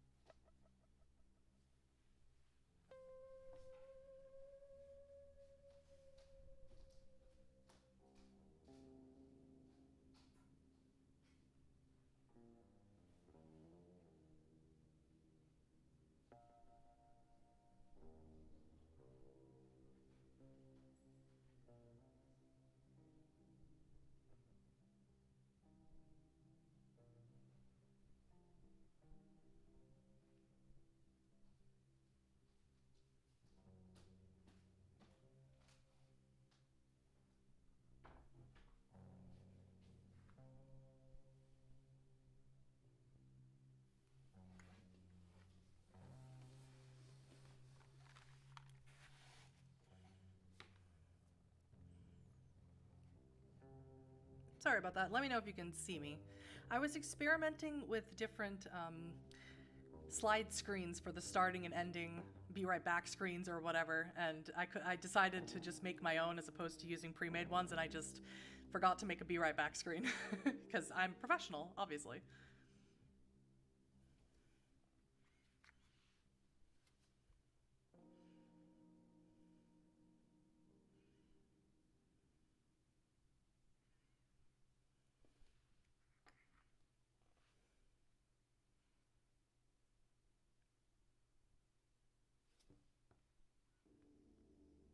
I'm back. Okay, good. I couldn't tell. Like I said, I have a really bad delay. Okay, so what were we talking about? We were talking about Nellie, right. I agree that it's very strange for two barons to be in the same coterie. I agree with that. I don't want Victor to lose his domain. I actually believe that Victor has a little bit better grasp, and not just because he's a venturer, but I think he has a little bit better of a grasp of handling the business aspect of running a domain. I don't think necessarily that it is Nellie's forte. I think Nellie would be much more suited to a harpy status or a herald status than Baron status. Not that the Anarchs have harpies, but to a Keeper of Elysium, something much more her taste than this, unfortunately. I could be wrong about that. She could just still be finding her footing, and she might come back in season 5 and totally surprise me with her political maneuvering. But as it stands right now, I don't think Nellie's the best fit for Hollywood, and I do think it will come back to bite her, honestly, if she doesn't, I don't know, take a seminar from Victor or something. I'd like season 5 to show Nellie's struggle to keep her newfound power. Yes, and that absolutely could be what Nellie's story is about in season 5, is trying to hold on to Hollywood. Isaac Abrams ran Hollywood for so long, and he was so popular among the people. I mean, even the other kindred not being happy with how she's running it. I mean, and who knows what types of dealings Baron Abrams had going on. It should be noted, which I don't think I've seen anybody mention it that I'm aware of. Why did Isaac Abrams allow the Tremere to have a haven or a chantry in the Magic Castle? Nobody's asked that question, and it definitely is a question that should be asked. it just doesn't seem like a good business decision, but he did it anyway. And Abrams was nothing if not shrewd. So I think that's definitely where Nellie's character is heading in season 5, is trying to keep up with all of these machinations Abrams left her with when he left to go to the Beckoning. But like I said, I would absolutely love to see more of the ghost stuff, but I don't think we will necessarily. I don't know if that's ran its course, but it would certainly be nice to get a little bit of closure on it. Something about LA by Night is we very rarely get closure, like full closure on anything. Everything seems to still have these threads that you can pull at, and then you get a different side of the story or more information, which is one of the things that makes it so great, honestly. Other than that, there's not a whole lot going on with Nellie either. I think she took up the bulk of my LA by Night recap video when I recapped the first 3 seasons, because there was so much going on with her at the time. But now not so much. It's possible he didn't agree to let them in and they are just trying to convince her he did to backdoor an agreement. It is possible, but it is possible. That's absolutely possible. I don't know how much time Nellie had to really look through all of Abrams' books, and I don't know how well he was at bookkeeping, to be honest. He could have kept all this stuff in his head. The whole Magic Castle situation is pretty interesting, especially as they seem more established than the more recent Cam incursion. Absolutely. Yeah, that's one of the reasons I was thinking that how long have they been there? That nobody knew. So we can move on to Annabelle. One of the biggest loose ends, if that's all right with everyone, of course, feel free to continue asking me questions. One of the biggest things about Annabelle is, in my opinion anyway, is Eleanor. Eleanor is her girlfriend, or is her girlfriend, I'm not really sure. And we haven't heard a peep from her since the season 1 epilogue with Eleanor. Oh, there's Nellie and Suzanne to talk about. All right, put a pin in that. I'll come right back to it. So, Annabelle and Eleanor. I have my own theories about that. I personally think that Annabelle embraced Eleanor. I don't think anybody explained to her that as a 13th generation vampire, she is too far removed. I don't even know if they would know that it's specifically the 13th generation. I don't think they would know that, the rest of the coterie necessarily. But I think 13th generation, that she embraced Eleanor, and that Eleanor became a thin blood, and somehow, for whatever reason, because her and Ramona really clicked for whatever reason, she's been with Ramona this whole time. And Ramona's been showing her the ropes or protecting her in some way. And I believe, since we know that Ramona left in season 3, episode 1 to go to, I want to say San Diego. It could have been San Francisco. I'm not sure, but she went to one of those 2 cities. That she took Eleanor with her because she did tell Annabelle in a text that she has, a traveling buddy, something to that nature. So I do believe that that is where she is. And they've been communicating sporadically through their Spotify playlist way they communicate. Yeah, I really don't know. Yeah, codes on the fashion magazine. I will come back to that. Last thing is X's early premonition about Strauss being a giant holding a pomegranate over the city. Right. We'll definitely. I was going to talk about Strauss with Eva, but yeah, we'll definitely talk about that. So I would really love to know. I would really love to know where Eleanor is. I would really love to know when Ramona's coming back, because if you guys don't know, there is a great video on the Primogens channel that you can watch all about Ramona. Ramona is a character in Vampire the Masquerade lore. She is the woman on the cover of the Gangrel clan book, if you guys aren't aware, and she has a really cool history with I believe she knows Beckett personally. She has a really cool history that you guys should totally check out. But I would love to see Ramona back. I would love to see Eleanor back and find out what happened to her.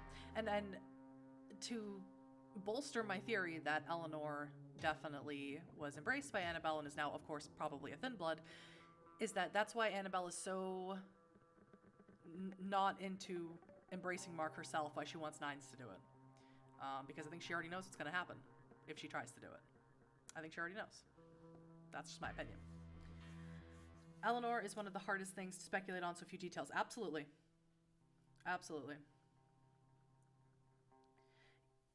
Yeah, I don't think the playlist, like the actual contents of the lyrics, are gonna offer anything.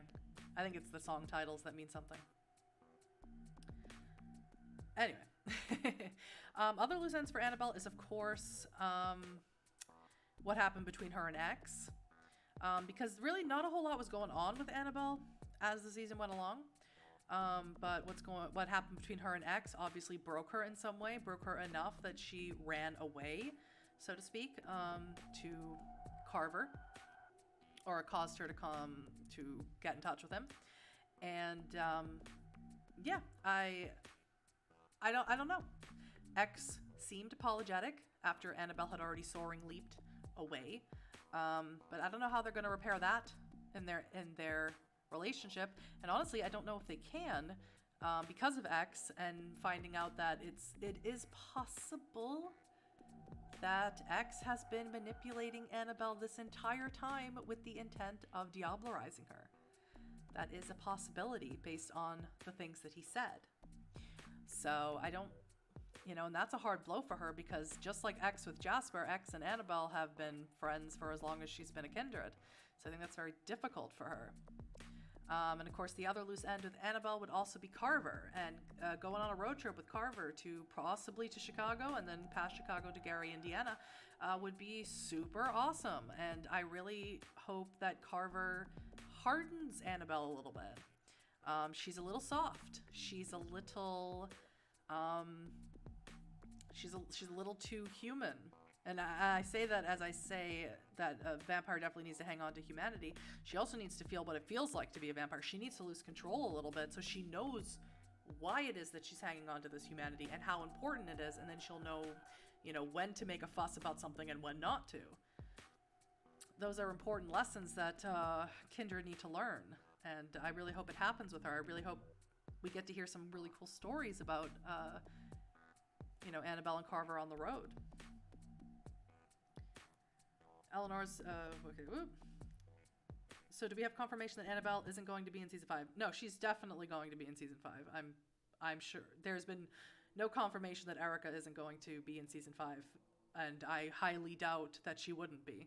I definitely think we're going to get a time lapse of after she gets back. Speculation as to what her and Carver will be up to? Well, if you guys don't have Chicago by Night, I can highly recommend it. You can get it off of Drive RPG. It's published by Onyx Path Publishing. And it's excellent. It is a modern V5 update, so to speak, of the Chicago by Night book from the 90s.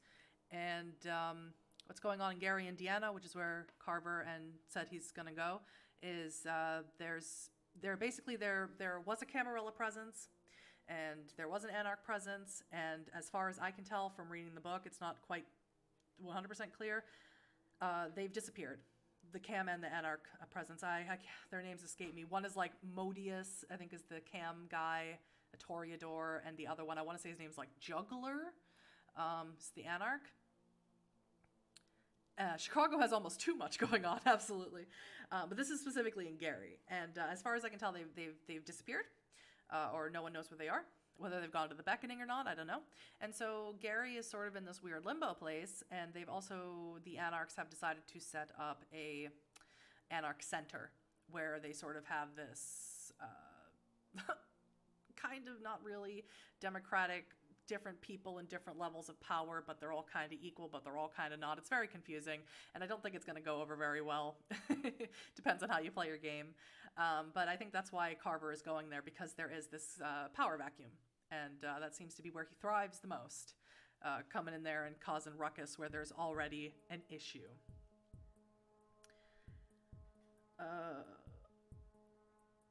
She's going to have to harden up to survive the trip. I agree. After vain pursuit, I'm looking forward to more kindred road trips. I don't think we'll get to see it, unfortunately. I would highly doubt it.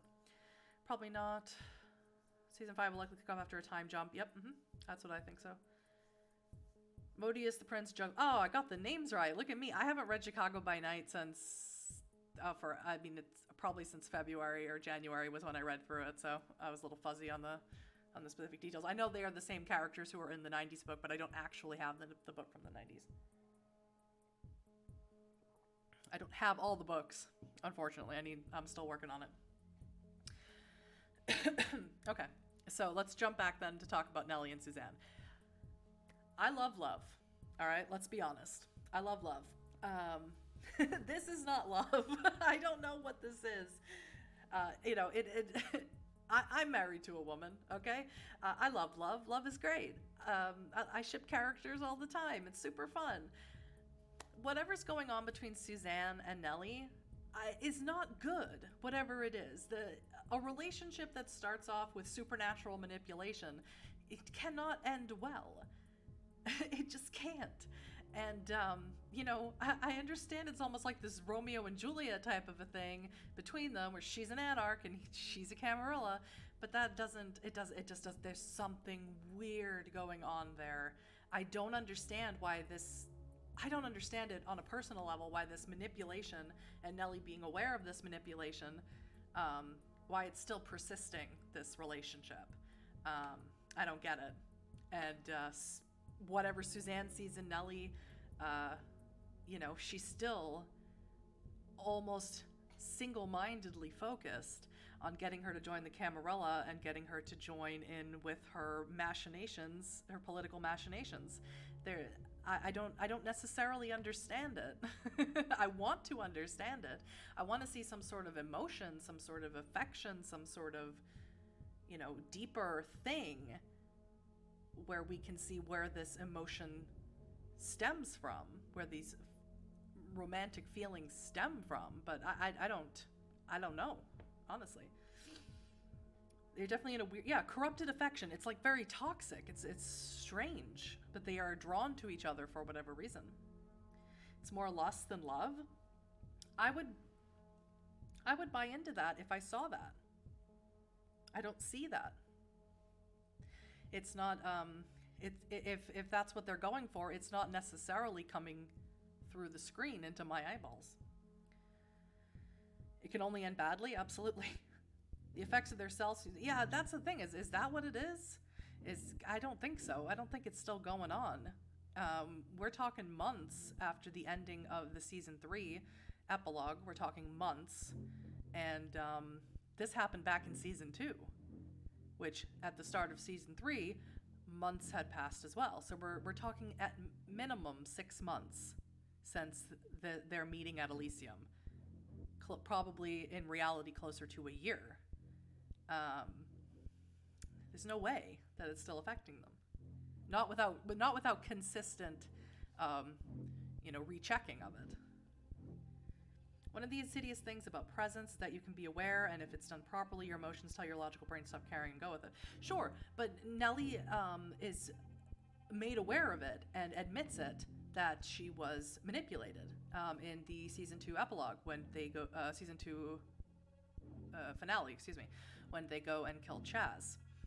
She admits it that she was tricked or manipulated, and she's genuinely angry about it. So. It's more infatuation than love. Again, my answer to that is okay if I could see it, but I don't see it. It comes off unbelievably insidious. It comes off as toxic. It comes off as bizarre. Like it doesn't come through the screen if that's their intention. It doesn't come through the screen that way.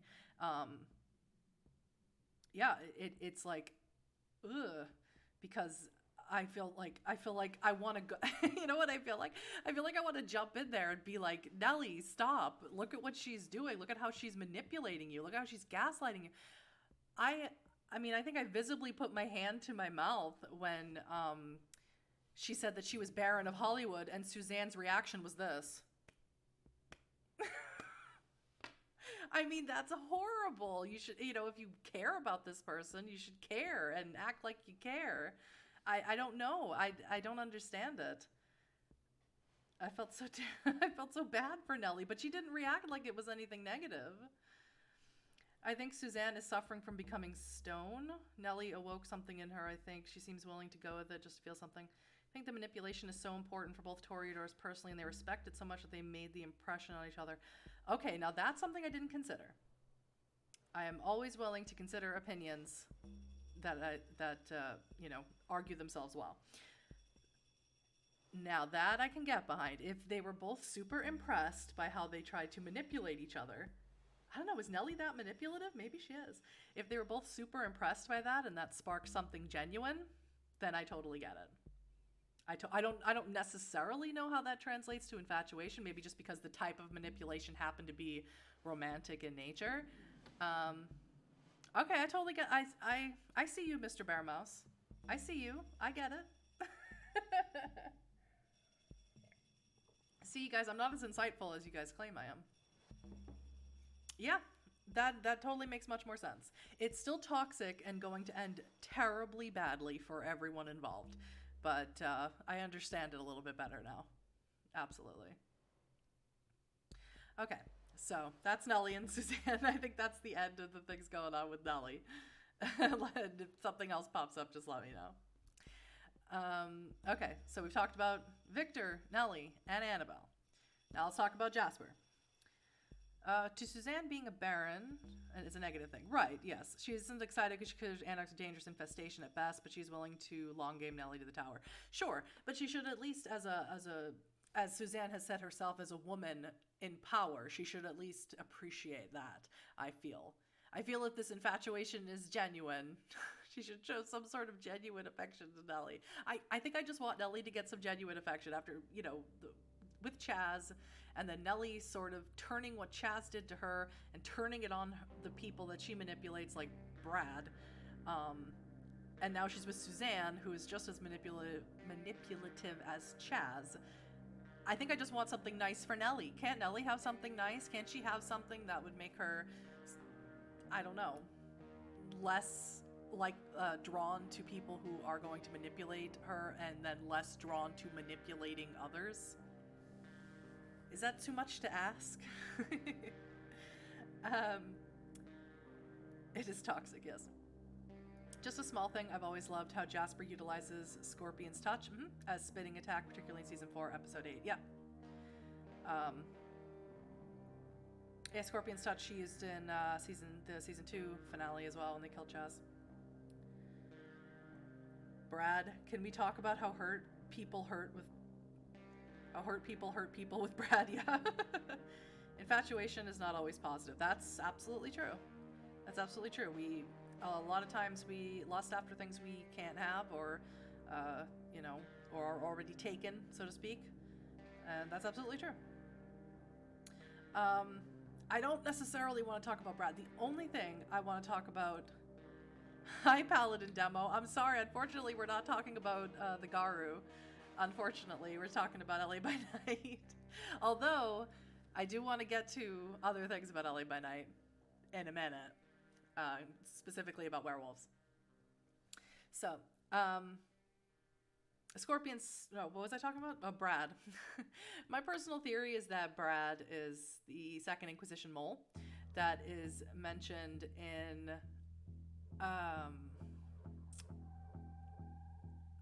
I'm pretty sure it's Season 2, one of the vignettes in Season 2. I don't remember which episode off the top of my head. But they specifically say, before they bring Greg in, the leader of the FBI bureau there specifically goes, no, I don't want to bring that agent in. I don't want to burn that resource yet, or something to that effect. And then he says, bring in Greg Demetrios instead. So, I think there is a mole. Yeah, because his assistant says, should we bring in the mole? And he says, no, I don't want to burn that resource just yet. And I truly believe that Brad is the mole. It could possibly be Lydia, who we didn't meet until this season. So Lydia could be the mole, but I truly believe Brad is the mole. We've known him since Season 1. And in my head, he's the mole. Him or Juan, but I don't think it's Juan either. Your breakdown of Epilogue 3 reappeared, and I remembered that the stream today. Okay. So that's all I'll say about Brad, if you guys want to speculate about who you think the mole is. Where did the mole is Bailey? He was in the Navy, so it worries me as well. That's true, but I don't know. I don't think it's Bailey. I don't want to lose Bailey. I love the Pokemon Go stuff too much, although I don't know if people still play Pokemon Go. I don't know if that's still a thing. I have a theory that Jason is not just going to bring cult material into Season 5. He may bring Methuselah into the future. I absolutely believe Jason will bring cult stuff into Season 5. And I'll get to my reason for that in just a minute. So, Jasper. So we were on Jasper. So loose ends for Jasper is obviously finding out more about his cult stuff. Obviously, what he's going to do about the labyrinth now that everybody has a secret pass in there. I'm still racking my brain trying to figure out how Katya got in the labyrinth. I don't know how she got in. There's only, as far as I know, the only way she could have gotten in the ways that we aren't aware of, is if Zelios told her another way to get in, which I don't know why he would, unless he was aware that Jasper was living there and Jasper set traps, which I don't know how he would be. He does have Auspex, so maybe he did a premonition and saw it, but I have no idea. But Katya was able to get into the labyrinth without going through the old slaughterhouse and setting off the traps, and obviously not able to go through Jasper's haven, so I don't know how she got in there. So he's going to have to figure out something to do with this labyrinth, because it appears that Tremere could just walk in and out of there whenever they want to, and that's no good for anyone. And if he's going to do something to the mirror to remove it so they can't get to the ley lines, I have no idea. That would probably be wise, but what he would necessarily do without breaking it again and getting even deeper into debt with Hester, I don't really know what he would do about that. What else is there? So, of course, the big thing that I don't even want to talk about, but the big thing that happened with Jasper was between Jasper and Eva, with Eva leaving. To go to the source, which apparently was not the Magic Castle, as far as we are aware, since the Magic Castle is still standing, as far as we are aware. We didn't get any big news that something happened to the Magic Castle. Even though at the end of episode 7, after Nellie leaves the cam, wherever they were meeting, she gets a text from Lavender that says trouble in the Big H, and yet there is no trouble in the Big H that we are made aware of. So if she did do something, Nellie just didn't say anything, but you would think they would see it on the news or something. Victor would get a Google alert or something that it happened. I definitely think the Bahari. Yes, we'll talk about that in just a second. Still waiting on the reappearance of Strikes Accord. We will talk about that in a second as well. But Strauss and the team got there too. I don't remember how they got in there too. Well, there were no traps that we were aware of. They likely went the same way that Jasper, Eva, and the Coterie did when they, with Hester and Kyoko. They likely went the same way. They were just there first. They just were there before them. Zelius ostensibly, the tower could be persuaded, and Strauss is powerful. Yeah, absolutely, Flawless P. While most of the characters have gone through severe hardships this season, given how he talks about his relationships with X, Eva, and Chloe in the epilogues, he's incredibly isolated at the moment. Yes, okay, so Jasper has arguably lost the most this season. If we want to make that argument, it's certainly a good argument.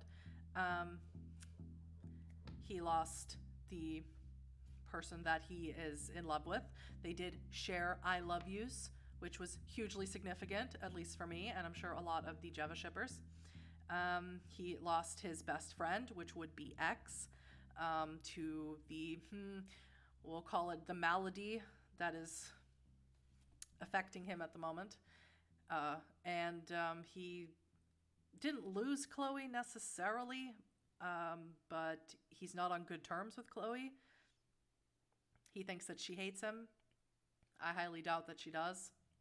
So he is definitely our sad boy this season. I was very happy in the finale when Victor was able to convince Jasper not to leave the Coterie by sharing that story of the girls they rescued in Long Beach. It was very, very sweet. And it was probably one of my favorite moments of the season. The epilogue with X was fantastic. That was one of the best epilogues of LA by Night. It was so raw, so emotional. The acting, Xander Genre is just incredible in everything that he does. In every TTRPG that he plays, every actual play, he's excellent at it. but it just blew me away, and I could have watched that epilogue for a full 3-hour episode. Honestly, it was that good, but I don't think that would have been very good for the actors to do a 3-hour episode like that. And then, of course, was his meeting with Hester, which wasn't super significant. Of course, he wants to learn more thaumaturgy. He wants to get deeper into debt with Hester. Why? Anything for more power. He is a little bit power hungry, as we discussed earlier in the stream. The most interesting thing about that epilogue was, of course, the Bahari. Was, of course, Hester talking about the Dark Mother and Lilith. And again, that's why I believe Cults of the Blood Gods is going to play, or is going to have some significant role in season 5, because they talk about the Bahari and Cults of the Blood Gods, and they go into great detail about the cult and things like that. There's like I said, in V5 there aren't paths anymore, so there's not the path of Lilith. So they go into the different tenets of the Bahari and things like that. Again, I don't have the manuscript, so I can't look it up offhand. I have some pages of the manuscript, but not the whole thing. And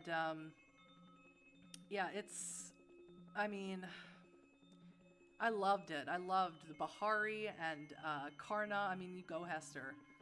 She ain't taking anything from any man. Sorry, I have to scroll up a little bit. Most of I imagine there's trouble in the Big H every night. Yeah, I'm sure there is, but I think Lavender would have been more specific if it wasn't something more serious. Something I would like to see with Jasper next season is him getting to talk to Zelios. Yeah, absolutely. I absolutely believe that will happen with Jasper. Actually, I was thinking for a while, could it be possible that Jasper lost Touchstone by Chloe becoming Gould? No. No. In metaphysical terms, she is, of course, a ghoul. She's no longer wholly human, but she is still mortal. So that does not affect the Touchstone. In game mechanic terms, anyway. Poor Jasper. I expect Chloe's going to exploit that. Yes. Should be coming estranged from him. He can't even shadow stalk her anymore. So dark, so good. Heard about Smendi. Okay, so, right. Like I said, I don't know necessarily if Hecata are going to make a... Cults of the Blood Gods is sort of separated into... The beginning is the cults. Both Kindred and Kine, and even Second Inquisition cults. And then the second half of the book is dedicated to the family, the reforming of the clans of death into the Hecata. You can listen to the Josh from Strange Adventures, Outstar did a video about it. Me, the Primogen, Outstar, and Josh did a podcast about it. You can listen to them talk about it in much greater detail than I, because they are much more experienced. And I am definitely the baby bee of the Beckoning podcast group. But the second half of the book, like I said, is the forming of the clans of death into the Hecata. And that includes the Giovanni, the Harbingers of Skulls, the Cappadocians, the Semidi, the Lamia, the Nagaraja, all form into the Hecata with the same, not bane, weakness, clan weakness, which would be the painful bite. Bane would be obsessed about death, something like that. That's what that is. And I don't necessarily think that that's going to come into play in season 5, but I definitely think cults were, because they were mentioned far too often during the season for it not to have some role in the next season. Bahari and whatever cult Jasper was a part of. My Ventrue Elder told me the Bahari eat babies. That is scandalous, sir. Or madam. Zelios and Eva are too dangerous to continue to exist. That's a matter of opinion. I'm learning so much other perspective leaving my Elysium. Cult of the Blood Gods preview copy is great. Yeah, that's what I have, the preview copy. I'm calling it a manuscript, or I'm calling it pages, but that's what I have, the preview copy. I know words. Yes, and that's another cool thing about Cults of the Blood Gods Flawless P, is that if you're playing that in your game and you're part of those cults and things, you get special abilities or amalgam powers and things like that, which I find absolutely awesome. Okay, So that's pretty much what's going on with Jasper. Again, like I said, this season, it's not like my recap isn't going to be nearly as long as my other recap video that I made about the first 3 seasons, because there isn't a whole lot going on that requires a lot of detail and explanation. It's a lot of subtle things, it's a lot of emotional things, it's a lot of intangible things that we basically just have to speculate on because we don't have all the information. So now we can move on to, or we can talk about Zelios since everyone keeps bringing up Zelios. Yeah, I definitely believe that Zelios will have a role in season 5. He is a Camarilla vampire, at least he was before he was in Torpor underneath Griffith Park. So I don't see any reason why he would change loyalties to the Anarchs unless Victor was exceptionally affable and charming that day or that night.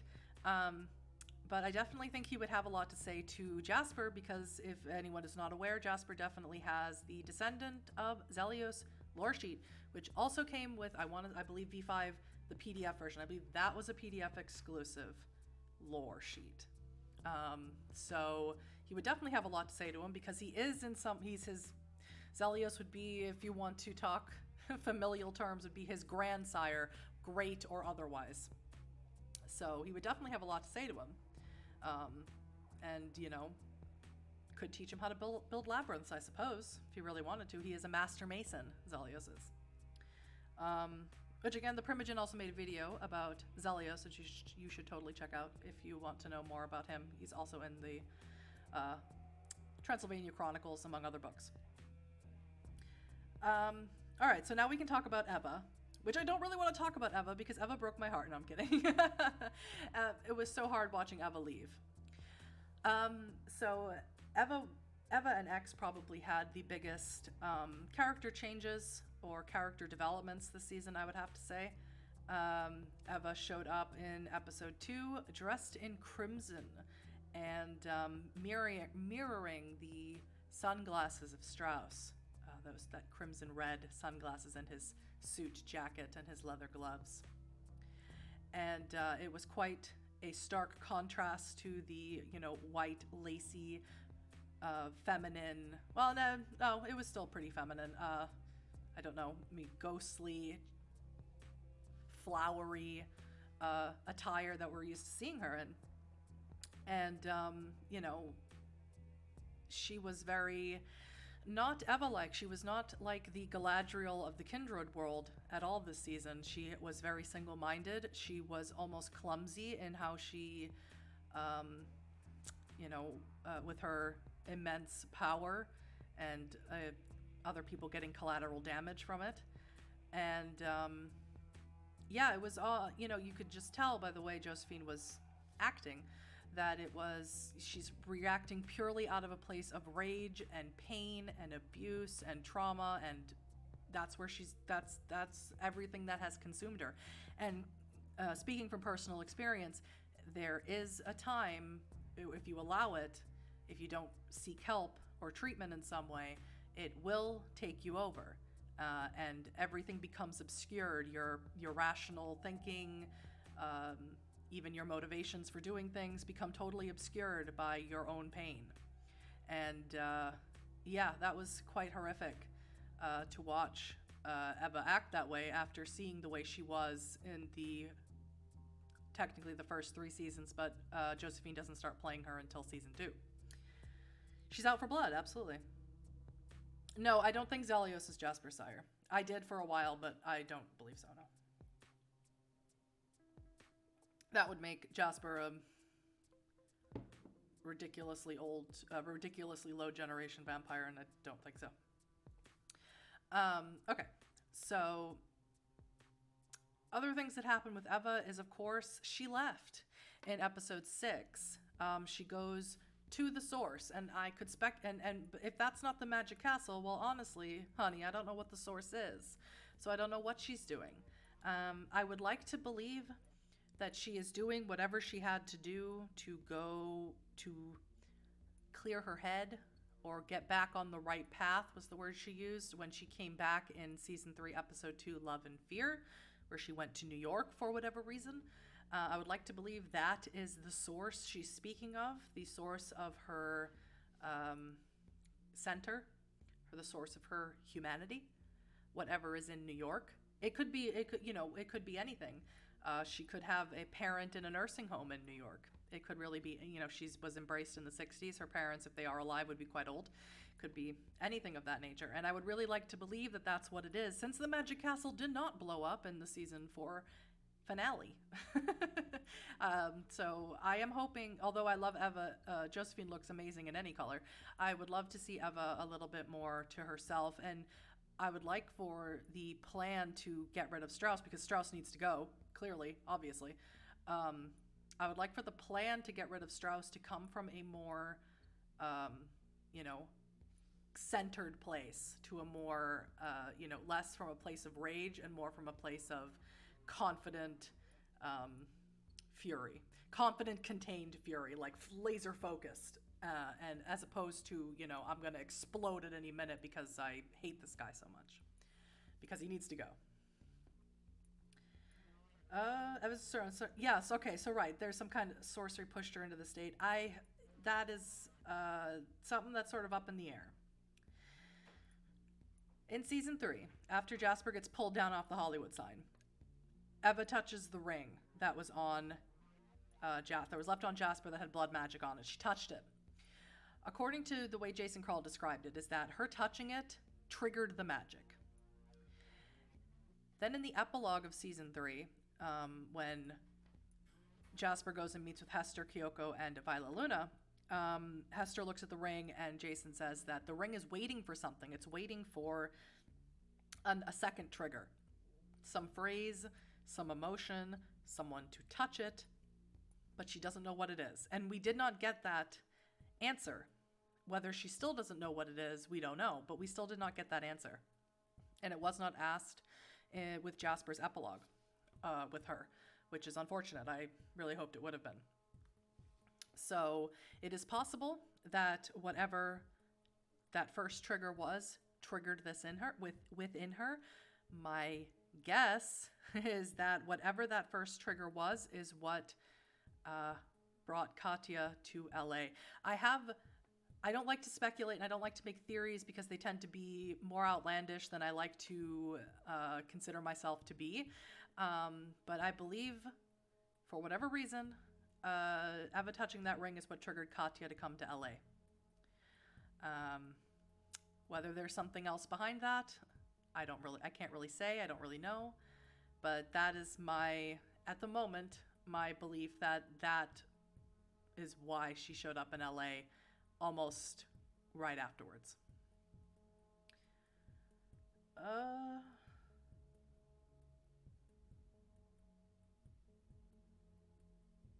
Sorry.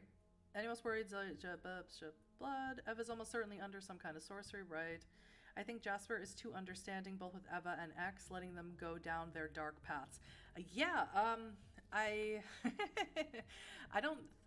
Here's what's great about Jasper. I had a lot of people in the comments when Eva left, of people saying that they would have gone after her, that they would have said something, that Victor should have done something, that Annabelle should have said something. Honestly, here's the huge difference. Victor going right to using Dominate on Eva would have been absolutely wrong.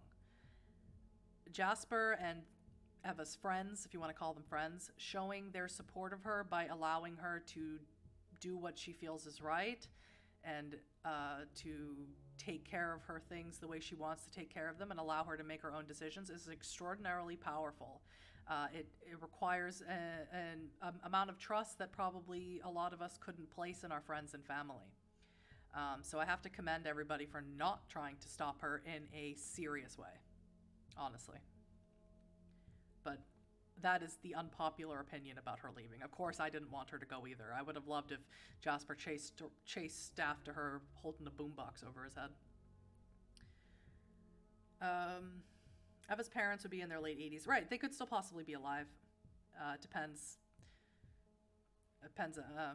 My brother's mother, because we have different mothers, my brother's mother was 16 when he was born. He was conceived at Woodstock and born in the 70s, 1970. So 16? I want to say she was 16. Maybe she's going back to House Karna. It is possible. I don't know where Karna has a chantry, honestly. So the ring was overlooked by many scary stuff. Yeah, I don't, like I said, that's just my opinion on Katya's thing. I don't know. And that's really all we can say about Eva because we don't know anything else. And like I said in the beginning of the stream, there's so much contradictory information about Eva. Strauss says that they worked together for years. Katya says they were in Vienna together. I mean, I don't know. I don't know. Eva says that she ran away after Katya died, essentially, that she hasn't seen Strauss in 40 years. But if that was the case, then how was she able to work for years with Strauss? Who's lying? Who's not? Who can say? Kindred lie. Just like people lie. Okay, so the final character we're going to talk about is X. And again, X was not in the season a lot. He was in 2 episodes and 1 epilogue. So that is not a lot of information to go on of what's going on with him. And I'm going to be honest, I don't necessarily understand the fortune-telling thing. I feel like that's some sort of bizarre brainchild of Chloe's that has some sort of ulterior motive that we don't know yet. I don't think that came from X, whatever that was. I think Chloe just convinced him on it. And it's bad because for whatever reason, either Chloe or X or both don't understand that the Beckoning is a compelling force, pulling Kindred to the east to fight in the Gehenna Wars or for other things. It's not necessarily always the Gehenna Wars. And they don't understand that they can't just be forced out by somebody telling them, you know, hey, the scary Thin Bloods, you should totally get out of here because the Thin Bloods are everywhere. And as for the abuse thing going on with Therese, we sort of already touched on that. I really don't know what's going to happen with that. That is really a big question mark in my brain because I don't know how Jason's going to write that, the outlines for that particular conflict if it even does arise. Other things could happen that won't arise. X is just really tragic. I mean, on top of being, abused, he's also a Malkavian. It's just a really tragic character, and Xander does it so well, and it was so heartbreaking to watch. I think we all want to see X back to the way he was, probably more so than any other character that suffered some trauma this season, and I just wish we can see him back again, that's all.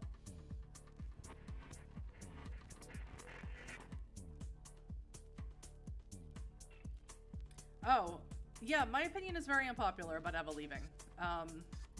I voiced it somewhere. I want to say maybe on the video, the World of Darkness video. I'm not sure, but it seemed to be very unpopular. The majority of the comments seem to be that Jasper should have made her stay and said hey, look, why don't you come down off the LSD or whatever, and then we'll talk about it. But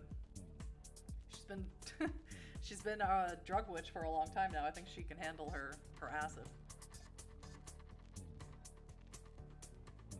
Okay, so that is basically where every character is. And now I want to touch on some of the things I said I was already going to touch on.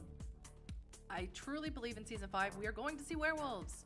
And I truly believe that because it was announced that the V5 werewolf book is being written, and one of the writers is our very own Undisputed of the Valley, B. Dave Walters.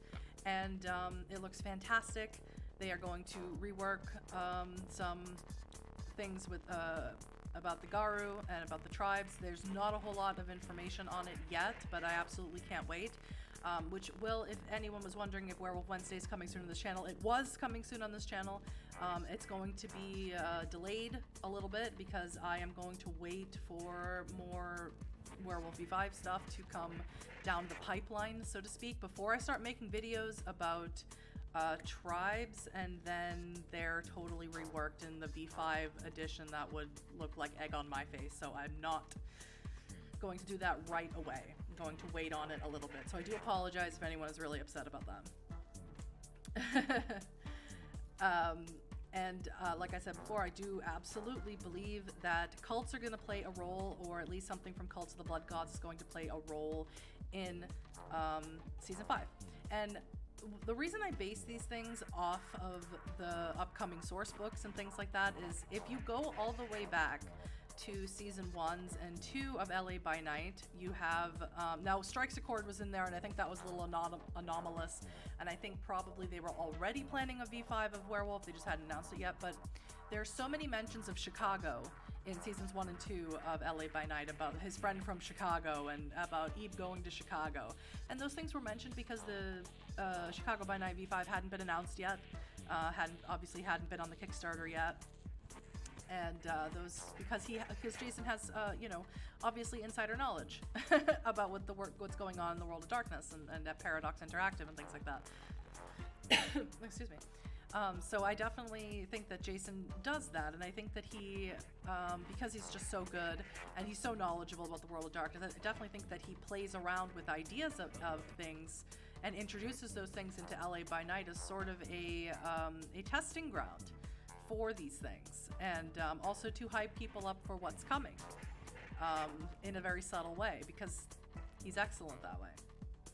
And so I definitely think anything that's coming through the pipeline of things, I mean, there was even mentions of New York. I mean, almost the entirety of the episode of Pressure Lines, they mentioned New York like a half a dozen times.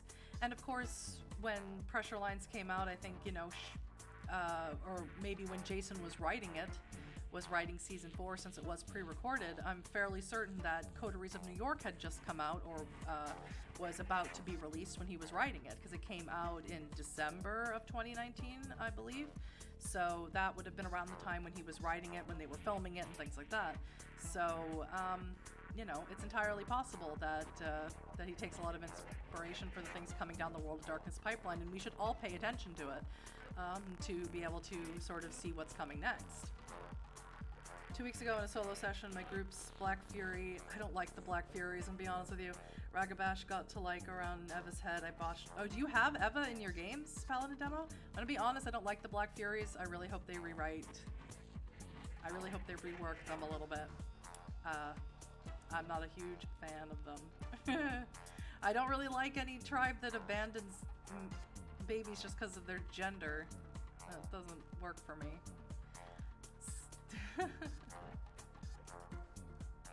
No brain damage. If any in the chat doesn't know, Paladin Demo is a very big werewolf fan. And he definitely hates our valley leeches, to put it mildly.